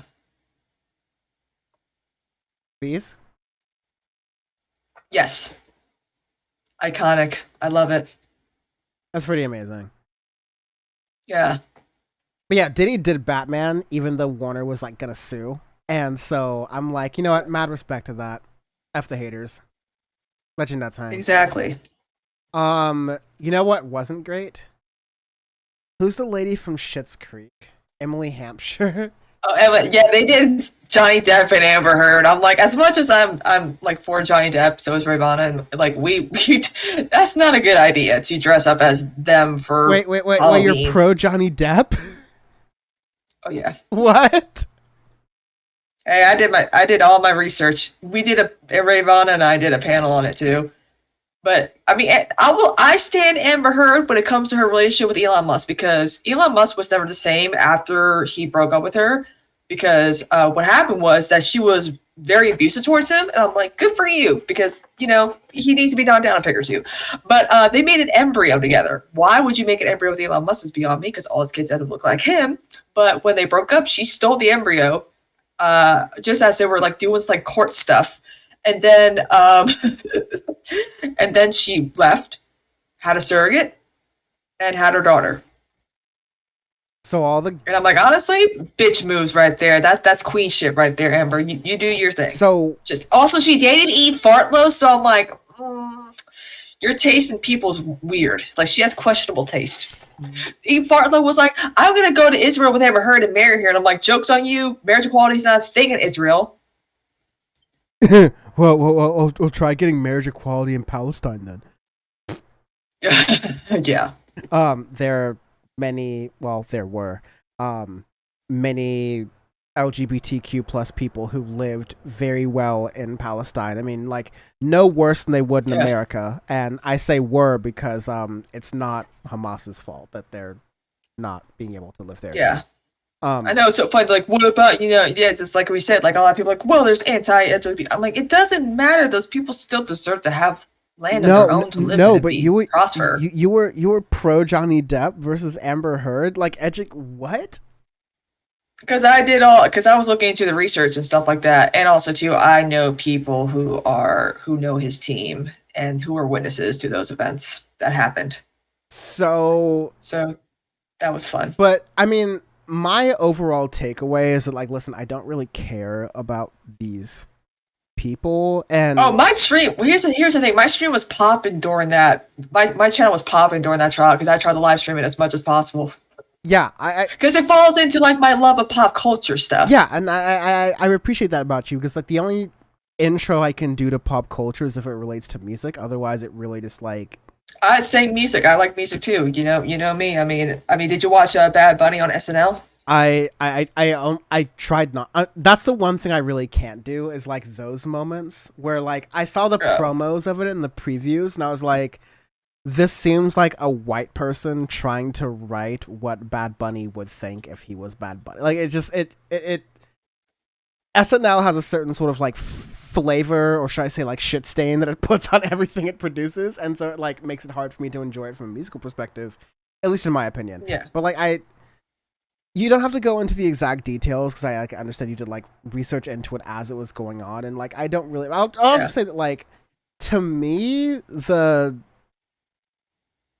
regardless of what the facts were in the case itself, not that the facts in the case are not important, but I always felt like the Johnny Depp Amber Heard stuff as it was happening online really didn't have anything to do with the case, that it had more to do with the TikToks and all the stuff that was happening on social media. I was like, okay, whatever. Like it has more to do with a manifestation of toxic masculinity on the internet, and like an angle with which to, and stan culture too. Yeah, and an angle with which to have that outlet by attacking a woman, essentially. And you know, like, and her stands are not even any better too. Like they're both of their stands are like obnoxious, and I'm just like, I'm like, it's over, get over it. Like also, if you're a stan of someone like Johnny Depp or Amber Heard, or you know what, like flatly any star who's ever worked for Disney, like find God. Like just like there's so many like the only people who have been in the Disney, like Stan Bill Monroe, she deserved better. I mean, Stan, Zach, and she stood up for Stan, Zach, and Cody. If you're gonna stan anyone from Disney, like there's there's a lot of people who have like slid under the brakes there. Like Stan, like I even know, like I'm not even the biggest fan, but Stan Raven-Symoné, but like Johnny Depp and Amber, like she has weird stuff. I don't even remember what movie Amber Depp Floyd and stuff was in, but like I'm like Pirates of the Caribbean. Is this your king? Is this your Pirates of the Caribbean? And really? Amber Heard was in the her and Jason Momoa did not have any chemistry. I just don't think she's a good actress. Like I Game of watched Thrones? everything she's done, and I'm just like, because he played he played Aquaman, and I'm like, but they're like their chemistry was just awful. Like they just did not get along on set, and I'm like, this creates good sexual tension for a film. And Mixed Mighty B in chat saying like Pirates of the Caribbean was like the one Disney thing that wasn't bad. I think Pirates of the Caribbean was fine. Okay, but like there's nothing. Pirates of the Caribbean grown up. There was not like, in my opinion, Pirates was better than Harry Potter. Okay, but like when it comes to like the Emperor's New Groove was better than all of that. Like if you're gonna be a subversive Disney fan, let's come. Oh my god! If they remake that for a live action, I'm gonna lose my shit. I'm gonna be like, why? I'm gonna redact the Disney headquarters in Florida and New York. That's what I'm gonna do. Like, I'm gonna send some redacted to Bob Iger and just have him think twice about doing that. Harry Potter, yeah, that's funny. Oh my god! But like, I was not into Harry Potter. I was more of a Twilight gal growing up because I like vampires. But then after learning about Twilight being like glittery vampires, I'm like, nah, I'd rather watch Gary Oldman as Dracula, Winona Ryder as Mina. I was more of a Bram Stoker's Dracula movie type gal. I got my rocks off with Hunger Games. I even have my own Funko Pop of it. It was Hunger Games, so I got my rocks off. That's why it was Hunger Games. All that Jennifer Lawrence. Oh yeah. Sweet. I knew her from when she was on the Bill Engvall show before she was famous, before she got her big break. I was like, she's gonna be big one day, and I was right.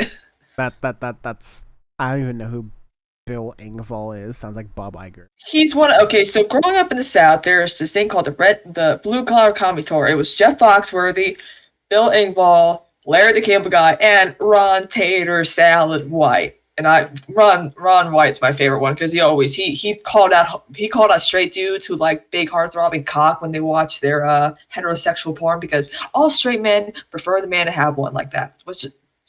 I'm just saying it. Don't lie to me, guys. I know you. So like he's like, everyone's a little bit gay. It's just what extent to it.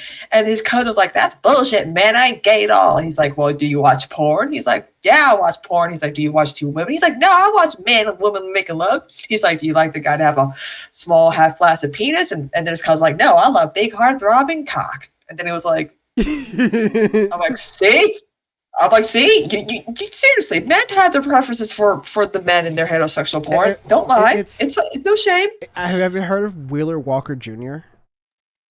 Yes. Yeah, that's kind of a similar thing. He was on Comedy Central for a little bit, and I had heard of him from the Joe Rogan podcast. Don't cancel. But this is back when I was listening to Joe Rogan. This is back when I was listening to Joe Rogan, and he hadn't really talked to Ben Shapiro or Jordan Peterson that much. Like, he was still in his, like, I'm mostly talking about alpha brain and working out and aliens type era. Right? Yeah. So, like, did you watch his recent podcast episode with Elon Musk? Every time Elon Musk talks, I'm like, what are you talking about? Like, he just doesn't know how to speak, and put words together. I'm listening to him. I'm like, what are you talking about? I can't understand a word you're saying. He tries to sound calm, cool, and collected, but I'm like, have you seen your own Twitter? YouTube.com/Dan from the internet. I have a documentary special coming out. It's gonna rock the world. There's a lot of cameos in it. John Idarola filmed his scene. Hassan Piker's about to film his scene. It's gonna be very fun. And I'm not making it for political people. I'm making it for an entirely different part of YouTube, but I am going to gaslight them into watching a political video. This is like one of the most genius things I've ever created, and I tease it like that because it is one of the most genius things I've ever created, and something that I can only create. I'm just saying that, like, I'm cooking it. It's gonna come out soon. YouTube.com/Dan from the internet. Subscribe so you see it. But the whole mystique around Elon Musk is bullshit. As I'm gonna say, it's bullshit. Yeah. It's not worth it. Yeah. So don't fall for that. Yeah. But yeah, no, I couldn't do it. Like, it's a shame. Yeah. Someone posted one of the no context majority report clips. Showed an old clip of Michael Brooks impersonating Jimmy Dore and Sam impersonating that AJ Goodman guy. I didn't even know he was impersonating AJ Goodman. I thought he was impersonating Aaron Mate. No, it was AJ Goodman, because AJ Goodman always had like this look on his like he just didn't blink. Oh wow. Never mind. I thought it was Aaron Mate because they both look very. Yeah. Yeah. Should I check that account? Yeah, I think it's called. It's like just type in no context majority report. I mean, after this, I'll write it down and we can pop out. I know you're getting sleepy. No, I'm not getting sleepy. I'm kidding. Well, I just got another raid. Jesus Christ. Let's see. Oh, another? Well, that does it. I've got to start. Yeah. Thank you, Blue Lizard Guts. Whoa, Blue Lizard Guts. Shout out Blue Lizard Guts. You're awesome. Yeah. Oh, this is honestly like. Oh my God, Taylor the Latte Boy. I love that username. I know that song. I could spend at least another 30 minutes. Like, I could go to the top of the hour watching the Halloween special that Sam and Michael Brooks did. That was the full version of this. Because I watch that once a month just on my own because it's hilarious. But no. So what you were just describing here is this clip from the Rage Against the Fucking Corporate Sellout Hour. Yes. Let's play this clip because he's going to go into Ohio and everything else. Now, by the way, can I just say they got the Jimmy Dore show so perfectly because as his former producer, not for the Jimmy Dore show proper, but like the one on TYT that he eventually... Progressive. Well... Yeah. not to get too inside baseball, but the Jimmy Dore Show was a channel that he did with TYT, and so TYT co-owned it. But Cenk gave him a good deal that even though Jimmy was constantly shit-talking Cenk and Anna and everyone on the network at the time, not just for political opinions, but just out of pettiness, Cenk decided to let Jimmy keep the channel that his company had worked to grow. But nevertheless, what they do all the time is like whoever's running his MacBook Pro slides or presentation thing is just running that shit around the screen. Like they just don't care. Like Matt Leck did a really nice touch on that, but Let's play this clip because he's going to go into Ohio and everything else. Not a word when the DNC was stealing it from Bernie. But he's going to talk now, and we're going to talk about it. And I don't know, maybe he's not a fucking sellout anymore. The central question in this case was whether the National Voter Registration Act prevented this type of notify, wait, and purge process. Pause it. I'm a fucking sellout. I'm a fucking sellout. Okay, keep playing it. No, I gotta play this whole thing. Or not the whole thing, but just like... But like a good chunk of it. Yeah. Also, Sam Cedars really had a glow up. I'm allowed to say that because he knows. Okay, I'm allowed to talk about Sam Cedar the way I want to because he knows I have a crush on him. Like he knows, like Conan. He is always Todd Snowflake and the Mopey Progressive. How is everybody? Usual. Terrible as usual. This person edited in like Steph Zaffarano into there. That's a lot of smoke. Oh my god, this is so. I haven't seen this in a hot minute. Hold on, let me find the original one. It was like 10:31. Sam's just like. Oh, 10. No, that's Ken and Ken. Oh my god, Ken again. The K hour. There it is. You can tell I've seen it a lot because I have the full thing and it's like at the end. Here we go. I say, hang on. There we go.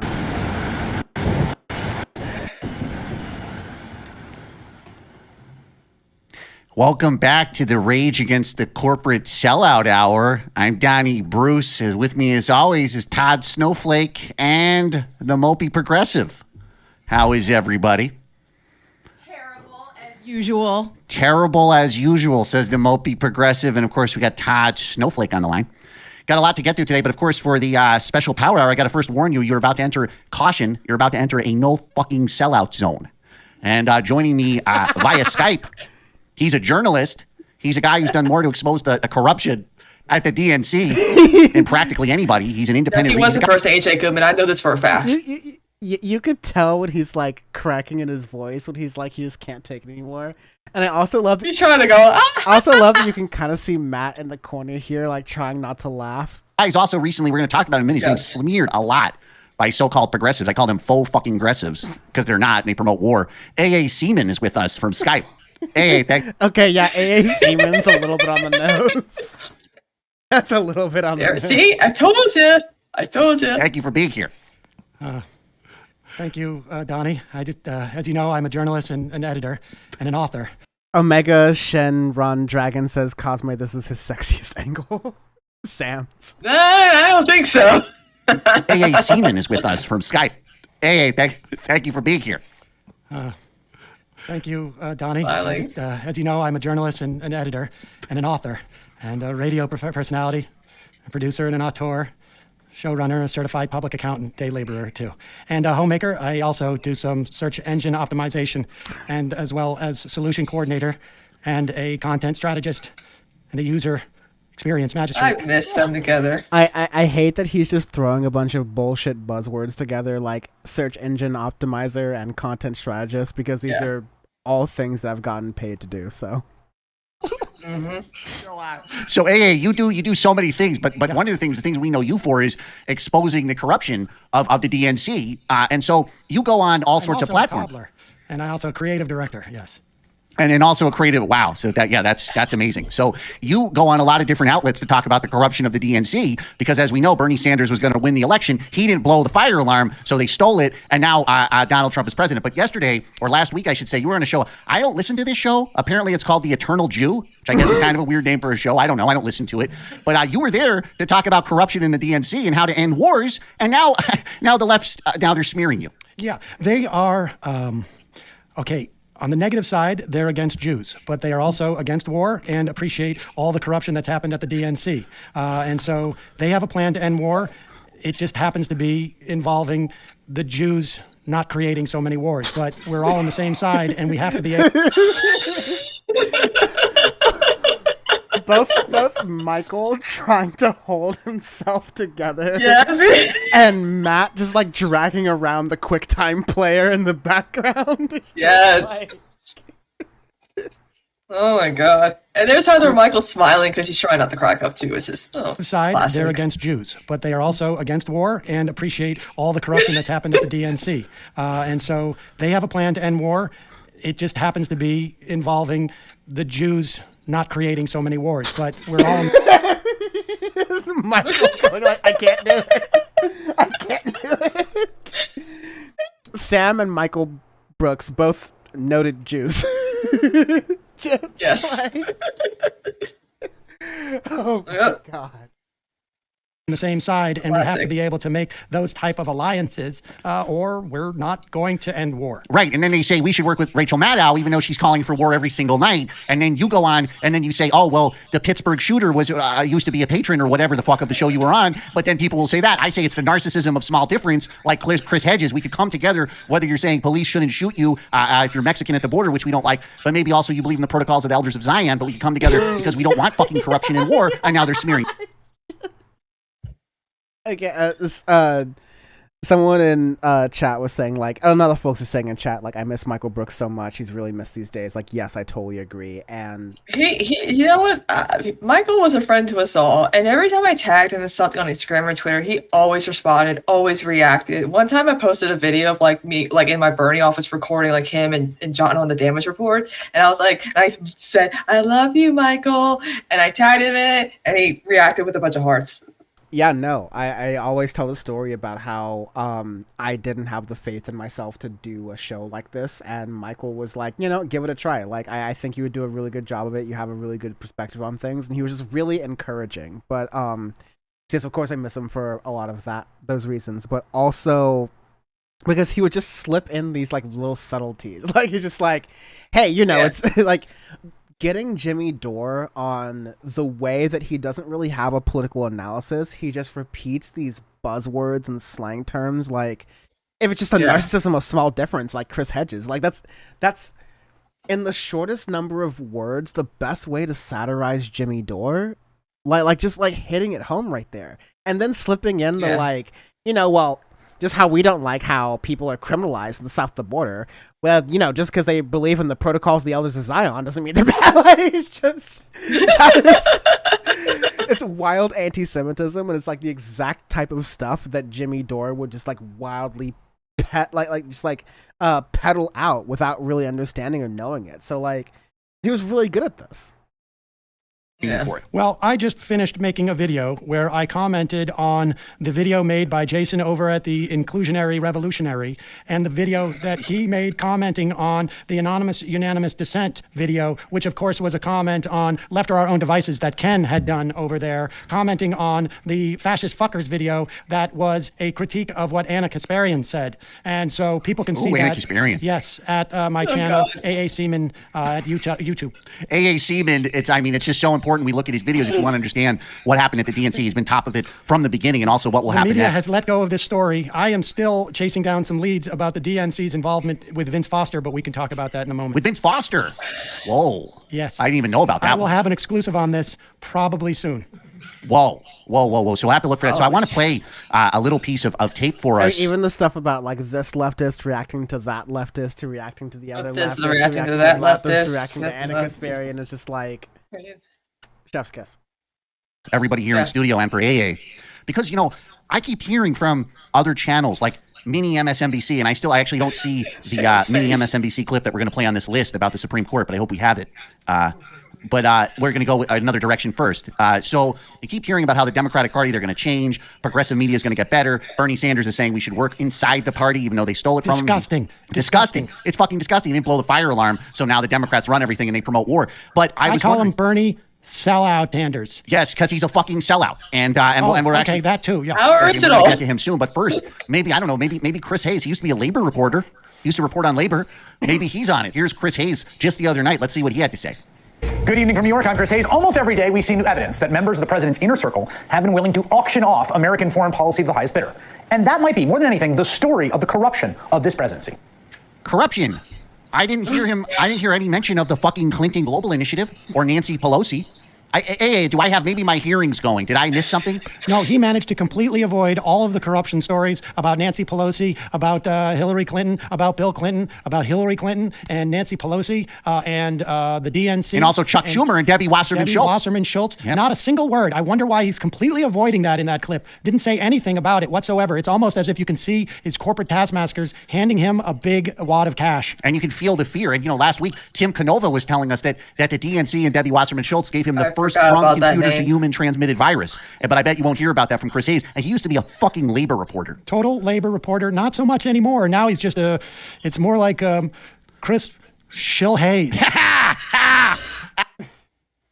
Oh my God.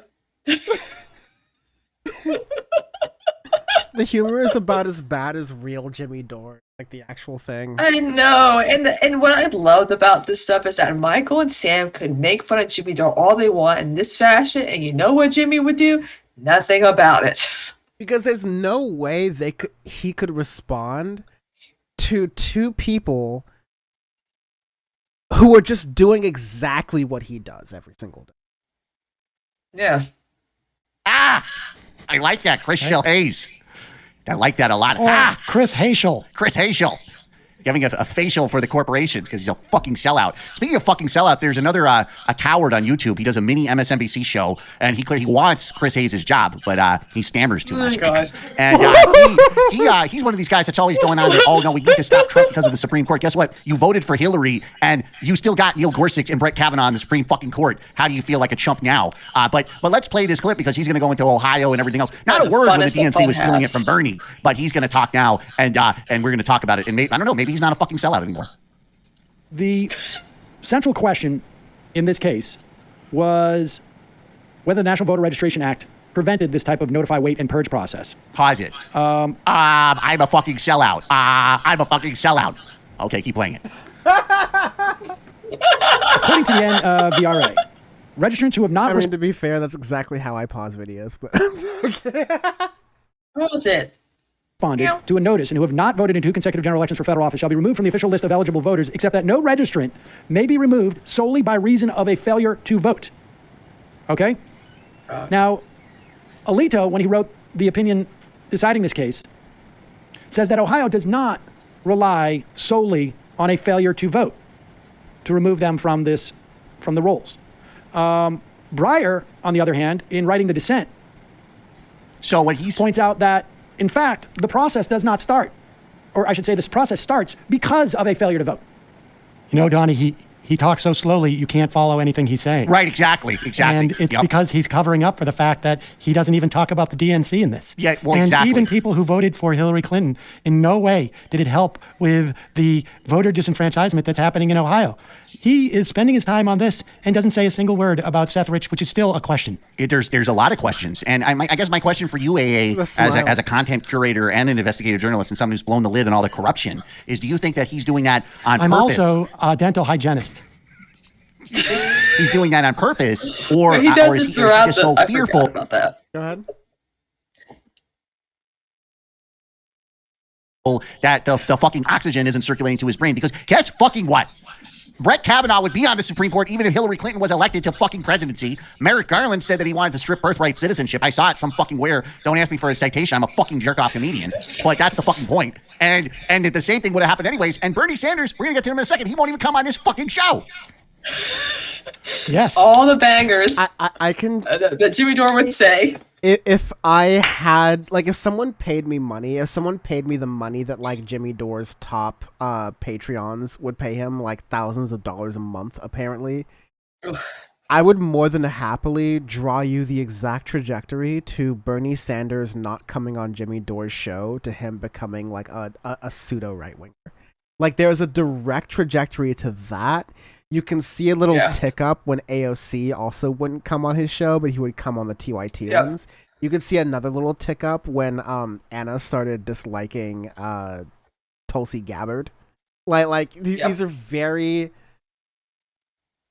I remember... The most petty person ever. Like, the most petty person left. Yeah, I remember when Tulsi Gabbard was going to get interviewed on TYT for the first time, Anna messaged me. She's like, guess what? And I'm like, what? She's like, I'm not allowed to be in the interview. I have to sit in the corner like a child and watch Jake interview Tulsi because we couldn't ask her any hard questions. I'm like, damn. I think I do remember that happening, but I also remember because I helped write some of the questions. And, like, every time, this is definitely not my thing, but...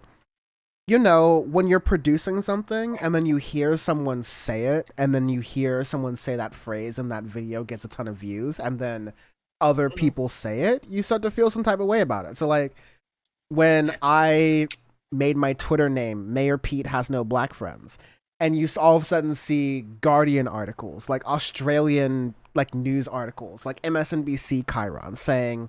Mayor Pete has a black friend problem. Like, I'm gonna let my nuts hang on that, all right? The one thing I emphasized to Anna in my research before she got to interview Tulsi Gabbard, Hindu nationalist, which is, like, a phrase I had never really thought of before in my entire life. But I was like, no, I'm looking directly into what is happening when it comes to Tulsi Gabbard and her beliefs and who she's aligning with and how she's presenting herself. And I'm like, oh my God, this lady is a Hindu nationalist. So I have to, like, explain what Hindu nationalism is and then, like, describe that to Anna and, like, be able to make sure she can ask that in a question to basically a Hindu nationalist while also making sure her audience understands and cares about that. And so even to this day, when I hear people repeat the phrase Tulsi Gabbard is a Hindu nationalist, I'm like, go Dan. I feel good about that. I'll be honest. Yeah. Anyways. So is it, am I crazy? Am I crazy? No. Let's go take a call. You're calling from a 757 area code. Who are you? Where are you calling from? I think this first caller doesn't get it, so I'm gonna, like, try to, like, go through it pretty quickly. But I think the next one is, like, the guy from Texas. Who's that guy from Texas who always calls in with, like, political reports? Oh, I forgot. It's definitely not Ronald Reagan, that's for sure.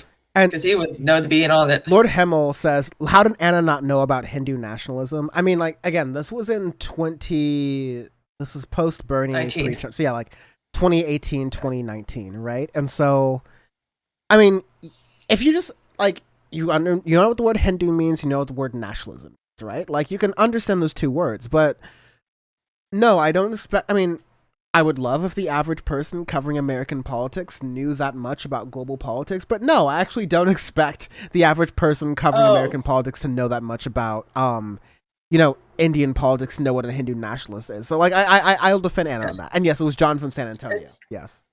Yeah, that's what I was saying. Anyways, here's. Thanks for the call. Todd, why do you want a Lavajato t-shirt? Same reason I believe this. So I say vote third party, no matter what, no matter where you are. I don't care if you're in a swing state. I don't know who the fuck that is, but I agree. A fascist government. Because what they did was they showed, and now everybody's saying, oh, Bolsonaro, he's saying that I'm going to kill all the gay people, as if there wasn't fucking homophobia in Brazil when Lula was president. Fuck off. Donnie, I did a video commenting on the Righteous Opinions video that he did about the humanitarianisms video. That was a critique of the culture counter contra spin video that was done in reaction to the fascist Ferger video, and the video that was basically a total takedown of the entitlement enlightenment video that Kevin did, and I agreed with what you said. Yeah, no, and I think a lot of people were glad you did that video because there was a lot of propaganda going around the internet because people say they're doing independent news, but really what they're doing is repeating DNC talking points, and the DNC is corrupt. So, and a lot of what you're going to hear now about is Kamala Harris, because they want to put a pretty face back on corruption. They want soul cycle corruption, not ugly fat corruption. So they like Kamala Harris, even though she's a corporatist. And Kamala Harris came out and she supported Bernie Sanders. She's saying that she supports health care for all, which I don't even know if, honestly, if Bernie even supports it anymore because he's still in the Democratic caucus. But here she is, and she's going to say that she supports Bernie Sanders' plan. And I want to know if everybody in the studio in AA recognizes anything about how Kamala Harris announces her fucking support. Kamala Harris of California. Thank you, Bernie. Well, I'm honored to stand with my colleagues and be in a room full of leaders. And this is a moment in time that I think we know is a very significant moment in time for our country, where we, all of us, are standing up and saying, let's just do what's right. You've heard so many folks talk about it because we know it. Listen, no baby is born in America born as a Democrat or a Republican. This should not be thought of as a partisan issue. It's not even a bipartisan issue. This is a nonpartisan issue. Cancer, diabetes, high blood pressure affects folks around our country regardless of whether they're in a red state or a blue state, regardless of their income, regardless of their status. And we should not differentiate in the way that we do public health policy. We should understand everyone, all, should receive the health care they need regardless of where they live, their income, or their zip code. And that's what this bill is about, and I'm proud to co-sponsor it. It is about saying that this is about a right, not about a privilege for a few. And let's be clear, it is not only about what is the right thing to do morally and ethically. What the fuck is that supposed to mean? It's not the right thing to do morally or ethically? Did you hear? Sorry, I just have to point out one other point here is that just as awkwardly as Bernie is standing next to Kamala Harris. Cory Booker's back there. Oh, that's what a time to be alive. I also have this. Well, I have a selfie with Cory Booker. We kind of ambushed him at Benedict College at the like African American Forum or whatever. And Kamala Harris, they were asked about what would you do if you had a black son, and Bernie was like, well, he's like, well, first of all, I'm not black. Second of all, here's what I would say. And he gave a really thoughtful, thorough answer, you know. And everyone's like, oh, Bernie did an awful answer. Just tell your son about the rules of being black. I'm like, well, yeah, that's literally what you have to do as a black parent. But then Kamala Harris was like, the only thing that stops a gun is a job. And I was like, and that's your, I'm like, K.I., that's a better answer? Okay. I love that. That rule. I'm trying to find the, there we go. Yes. Never forget my favorite Cory Booker image. Oh, that is so cringe. It's like a Jonestown joke. Oh, yeah. This was because it used to be. Did he not think? No. This was Cory Booker's high hopes. This was something that grew organically out of his campaign, as they were like, "Oh, don't mess with Cory Booker because all the other candidates are all up in the Kool-Aid, but only Cory Booker knows the flavor." Oh yeah. This is why you cannot let Democrats lead us in the 2020. Like, this is why. High hopes for a living. I just gotta. Oh my god! I remember Matt Leaf and Francesca Fiorentini doing a parody of that. She was dancing. It was right after. It was right before the South Carolina primary, when everything went downhill from there. Thing to do morally and ethically. The South Carolina primary was on February 29th, 2020. Which was my last day at TYT, which was also my last birthday. Yeah, and also, too, not to remind people, but, Dan's permanently a baby, but Bernie decided to come to our campaign office the day before. He didn't want to have it someplace else. He wanted it in front of our office with or without an emergency exit. That was one of the dumbest things he did, not, coming to South Carolina or not going to a place with an emergency exit, but not like holding politically, allegedly holding who is that congressperson or whoever? No, you mean the billionaire Tom Steyer? No. He was running for president of South Carolina at that point. No. Not Tom Steyer, not the one who was playing blow the whistle. I'm talking about, hold on. I know his name. James Clyburn. What Bernie Sanders should have done is, like, held him hostage to make sure that he endorses Bernie Sanders. Because that would have got him South Carolina. Yeah. I think it was funny when Nina Turner was running for the first time in like as a Senate for the state senate or like for Congress or whatever, and everyone's like, "Well, Jim Clyburn endorsing her has no influence." Just outside South Carolina, I'm like, Jim Clyburn is the most powerful African American politician in the country. His endorsement matters to Black voters. They trust him. There for some are reason. Bernie-loving Black people who like James Clyburn more than Bernie Sanders. And it's not rational, but like that's some retail politics that Bernie Sanders should have done.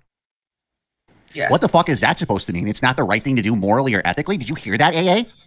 I did. You know, I did a video that was a response to the Temporal Talkers video that Resistance Radio had critiqued, which was a response to the Loophole Liberal, Ken over there. And then, of course, Jason at the Horseshoe Hero had written a video, Dunhead video, that was actually semi-animated. And my response was, can we play the video again? The one by Harris? Well, I think your response was that. The one by... Michael trying not to laugh. And failing. Like, look at this. He's like... I'm gonna screenshot that. That's a precious. Poor guy. Harris? Well, I think your response was that Kamala Harris. Did you see how bored she looked? Like she didn't even want to be there. Maybe if it was a press conference for bombing Russia, she would be excited. She seemed to be like completely uninterested. That was another one of those Michael Brooks long game ones, for the record. Yeah. And maybe if Kamala Harris was bombing Russia, she'd be excited. Again, this is from 2018. Long game. Mm-hmm. Did you see her body language? One of the things that I said on the video that I was a response to the egoless egalitarian was her body language totally. Do you guys think she might be ill? Well, that was the question because the Mopey progressive had said that she's a dead ringer for having MS, and I thought she does look kind of strange the way if you see the way she's sort of holding herself there, like she's trying to say like I do Pilates, but really my whole central nervous system's breaking down. You can't really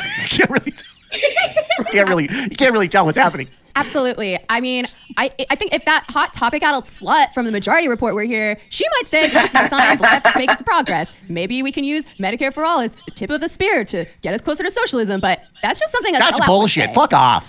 Fuck off with that. And, you know, these are the same people who will tell me in AA to not retweet Mike Cernovich to end fucking war. We are close to ending war because Cernovich has helped us. He's got a lot of actually great ideas, particularly about funnel sales.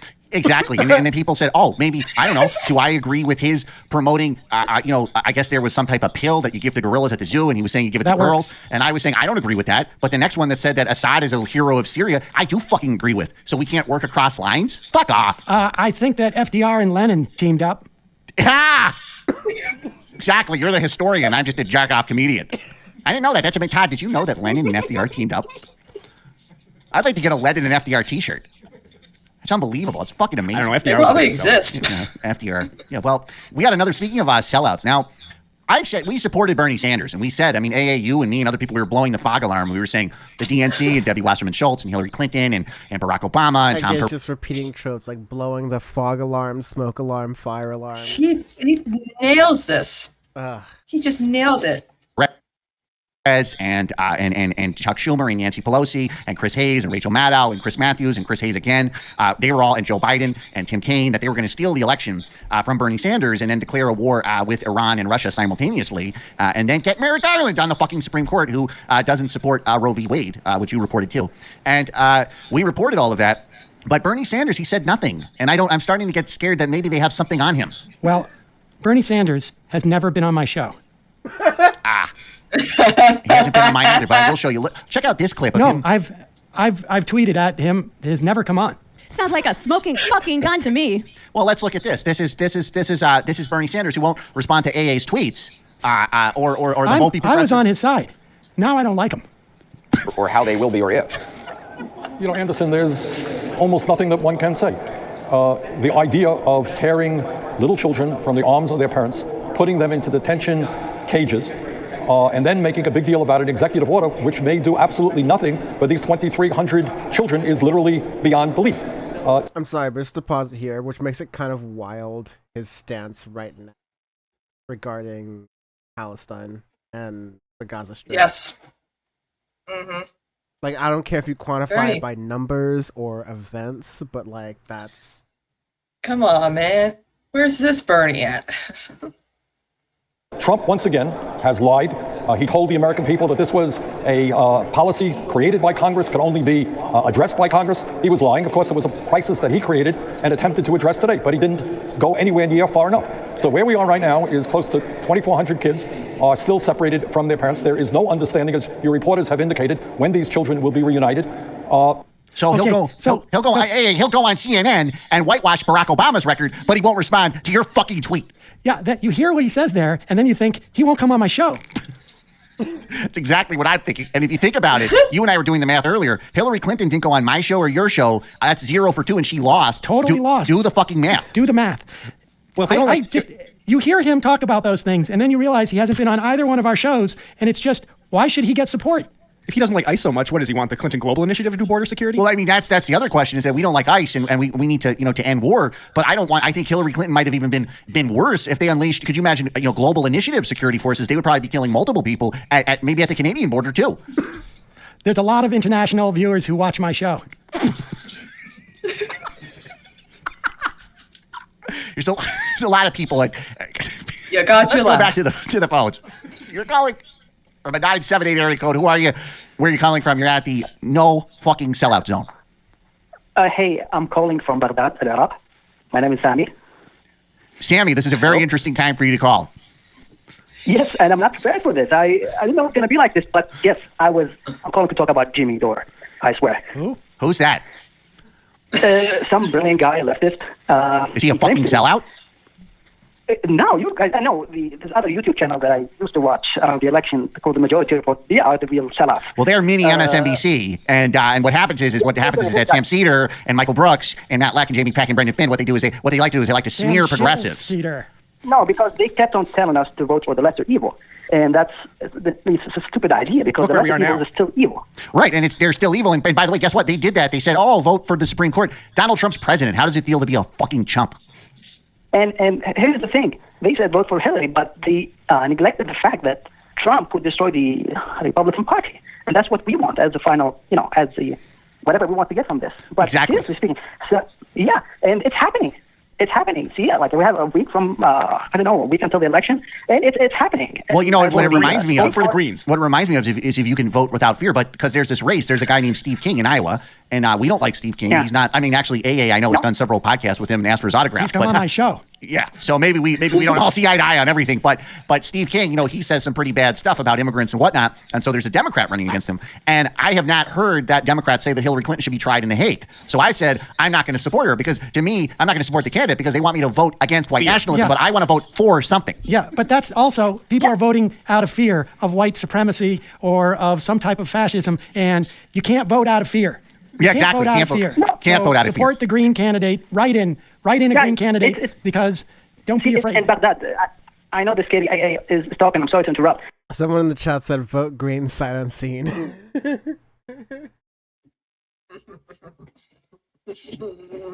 But in Baghdad, what's the most popular thing nowadays in hipster cafes? They're talking about the Green New Deal, and it's the number one trending subject in Baghdad. And you guys in the U.S., you still need to catch up. Well, I have a question for you. If you were voting in Iowa, would you want Steve King or a fucking corporate sellout Democrat or Jill Stein? Jill Stein all the way. Exactly. I have a question. If you could go back in time, Nader 2000, right? Definitely. What are we talking about? I was actually hearing that there's Nader 2000 stickers all over Baghdad, and because what people had wanted was they wanted an invasion of Iraq, and then they could have sectarian warfare to really put an ugly face on the system there, and then there would be a fucking revolution. We could bring the... Bad Lefty, thank you for evading the YouTube shadow ban, saying, gotta give the MR audience credit for getting the joke and running with it. W. Absolutely, yes. Yeah. This call gets it. Green Party to Iraq that way. You can. But seriously, the other day, I know you had an interview with Chris Hedges. And I couldn't help but to notice how happy you were when you were reading quotes from his book. The look on your face was precious. Please go back and check the clip. Well, Chris Hedges, he had this clip where he said Fred Hampton said, I want to work with the neo-Nazi party so that we could build infrastructure projects in the South, and that's why the FBI killed him. And so Chris Hedges was reading that for us. Being an Arab, I cannot wait to work with the far right who consider me a subhuman or an animal, or my Jewish. And there's plenty of things that we don't agree on. I don't think you're a subhuman. I don't know what AA thinks, but there's all sorts of opinions. But the point is we could come together to end fucking war. Exactly. I don't care if they look at me as a subhuman or an animal. If the point is to end wars, let's do it. But what about the Supreme Court? Am I right? Right. Don't vote out of fear. Yeah. For being subhuman. In a sense, that's like the ultimate racism, is the idea of I'm going to vote because I'm so afraid of having my voting rights and healthcare stripped away and being killed by security forces. So I'm so afraid I'm not a full human. That's how Hillary Clinton was the real white supremacist. The problem the caller has. It's just so wild. Yeah.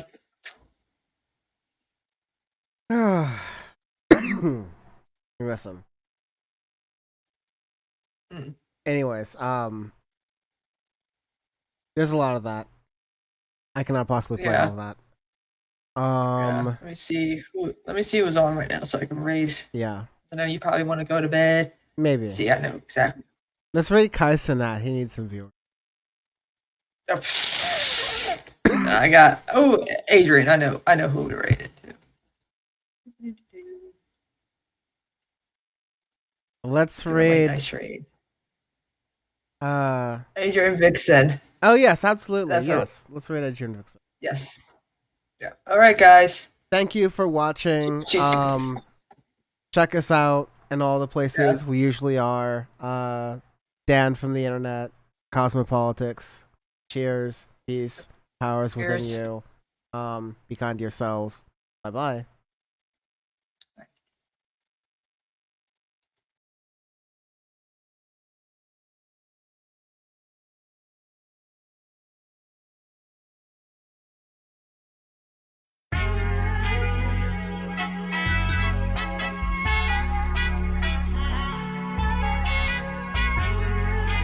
Hey, yo, Quantic, run them bands up.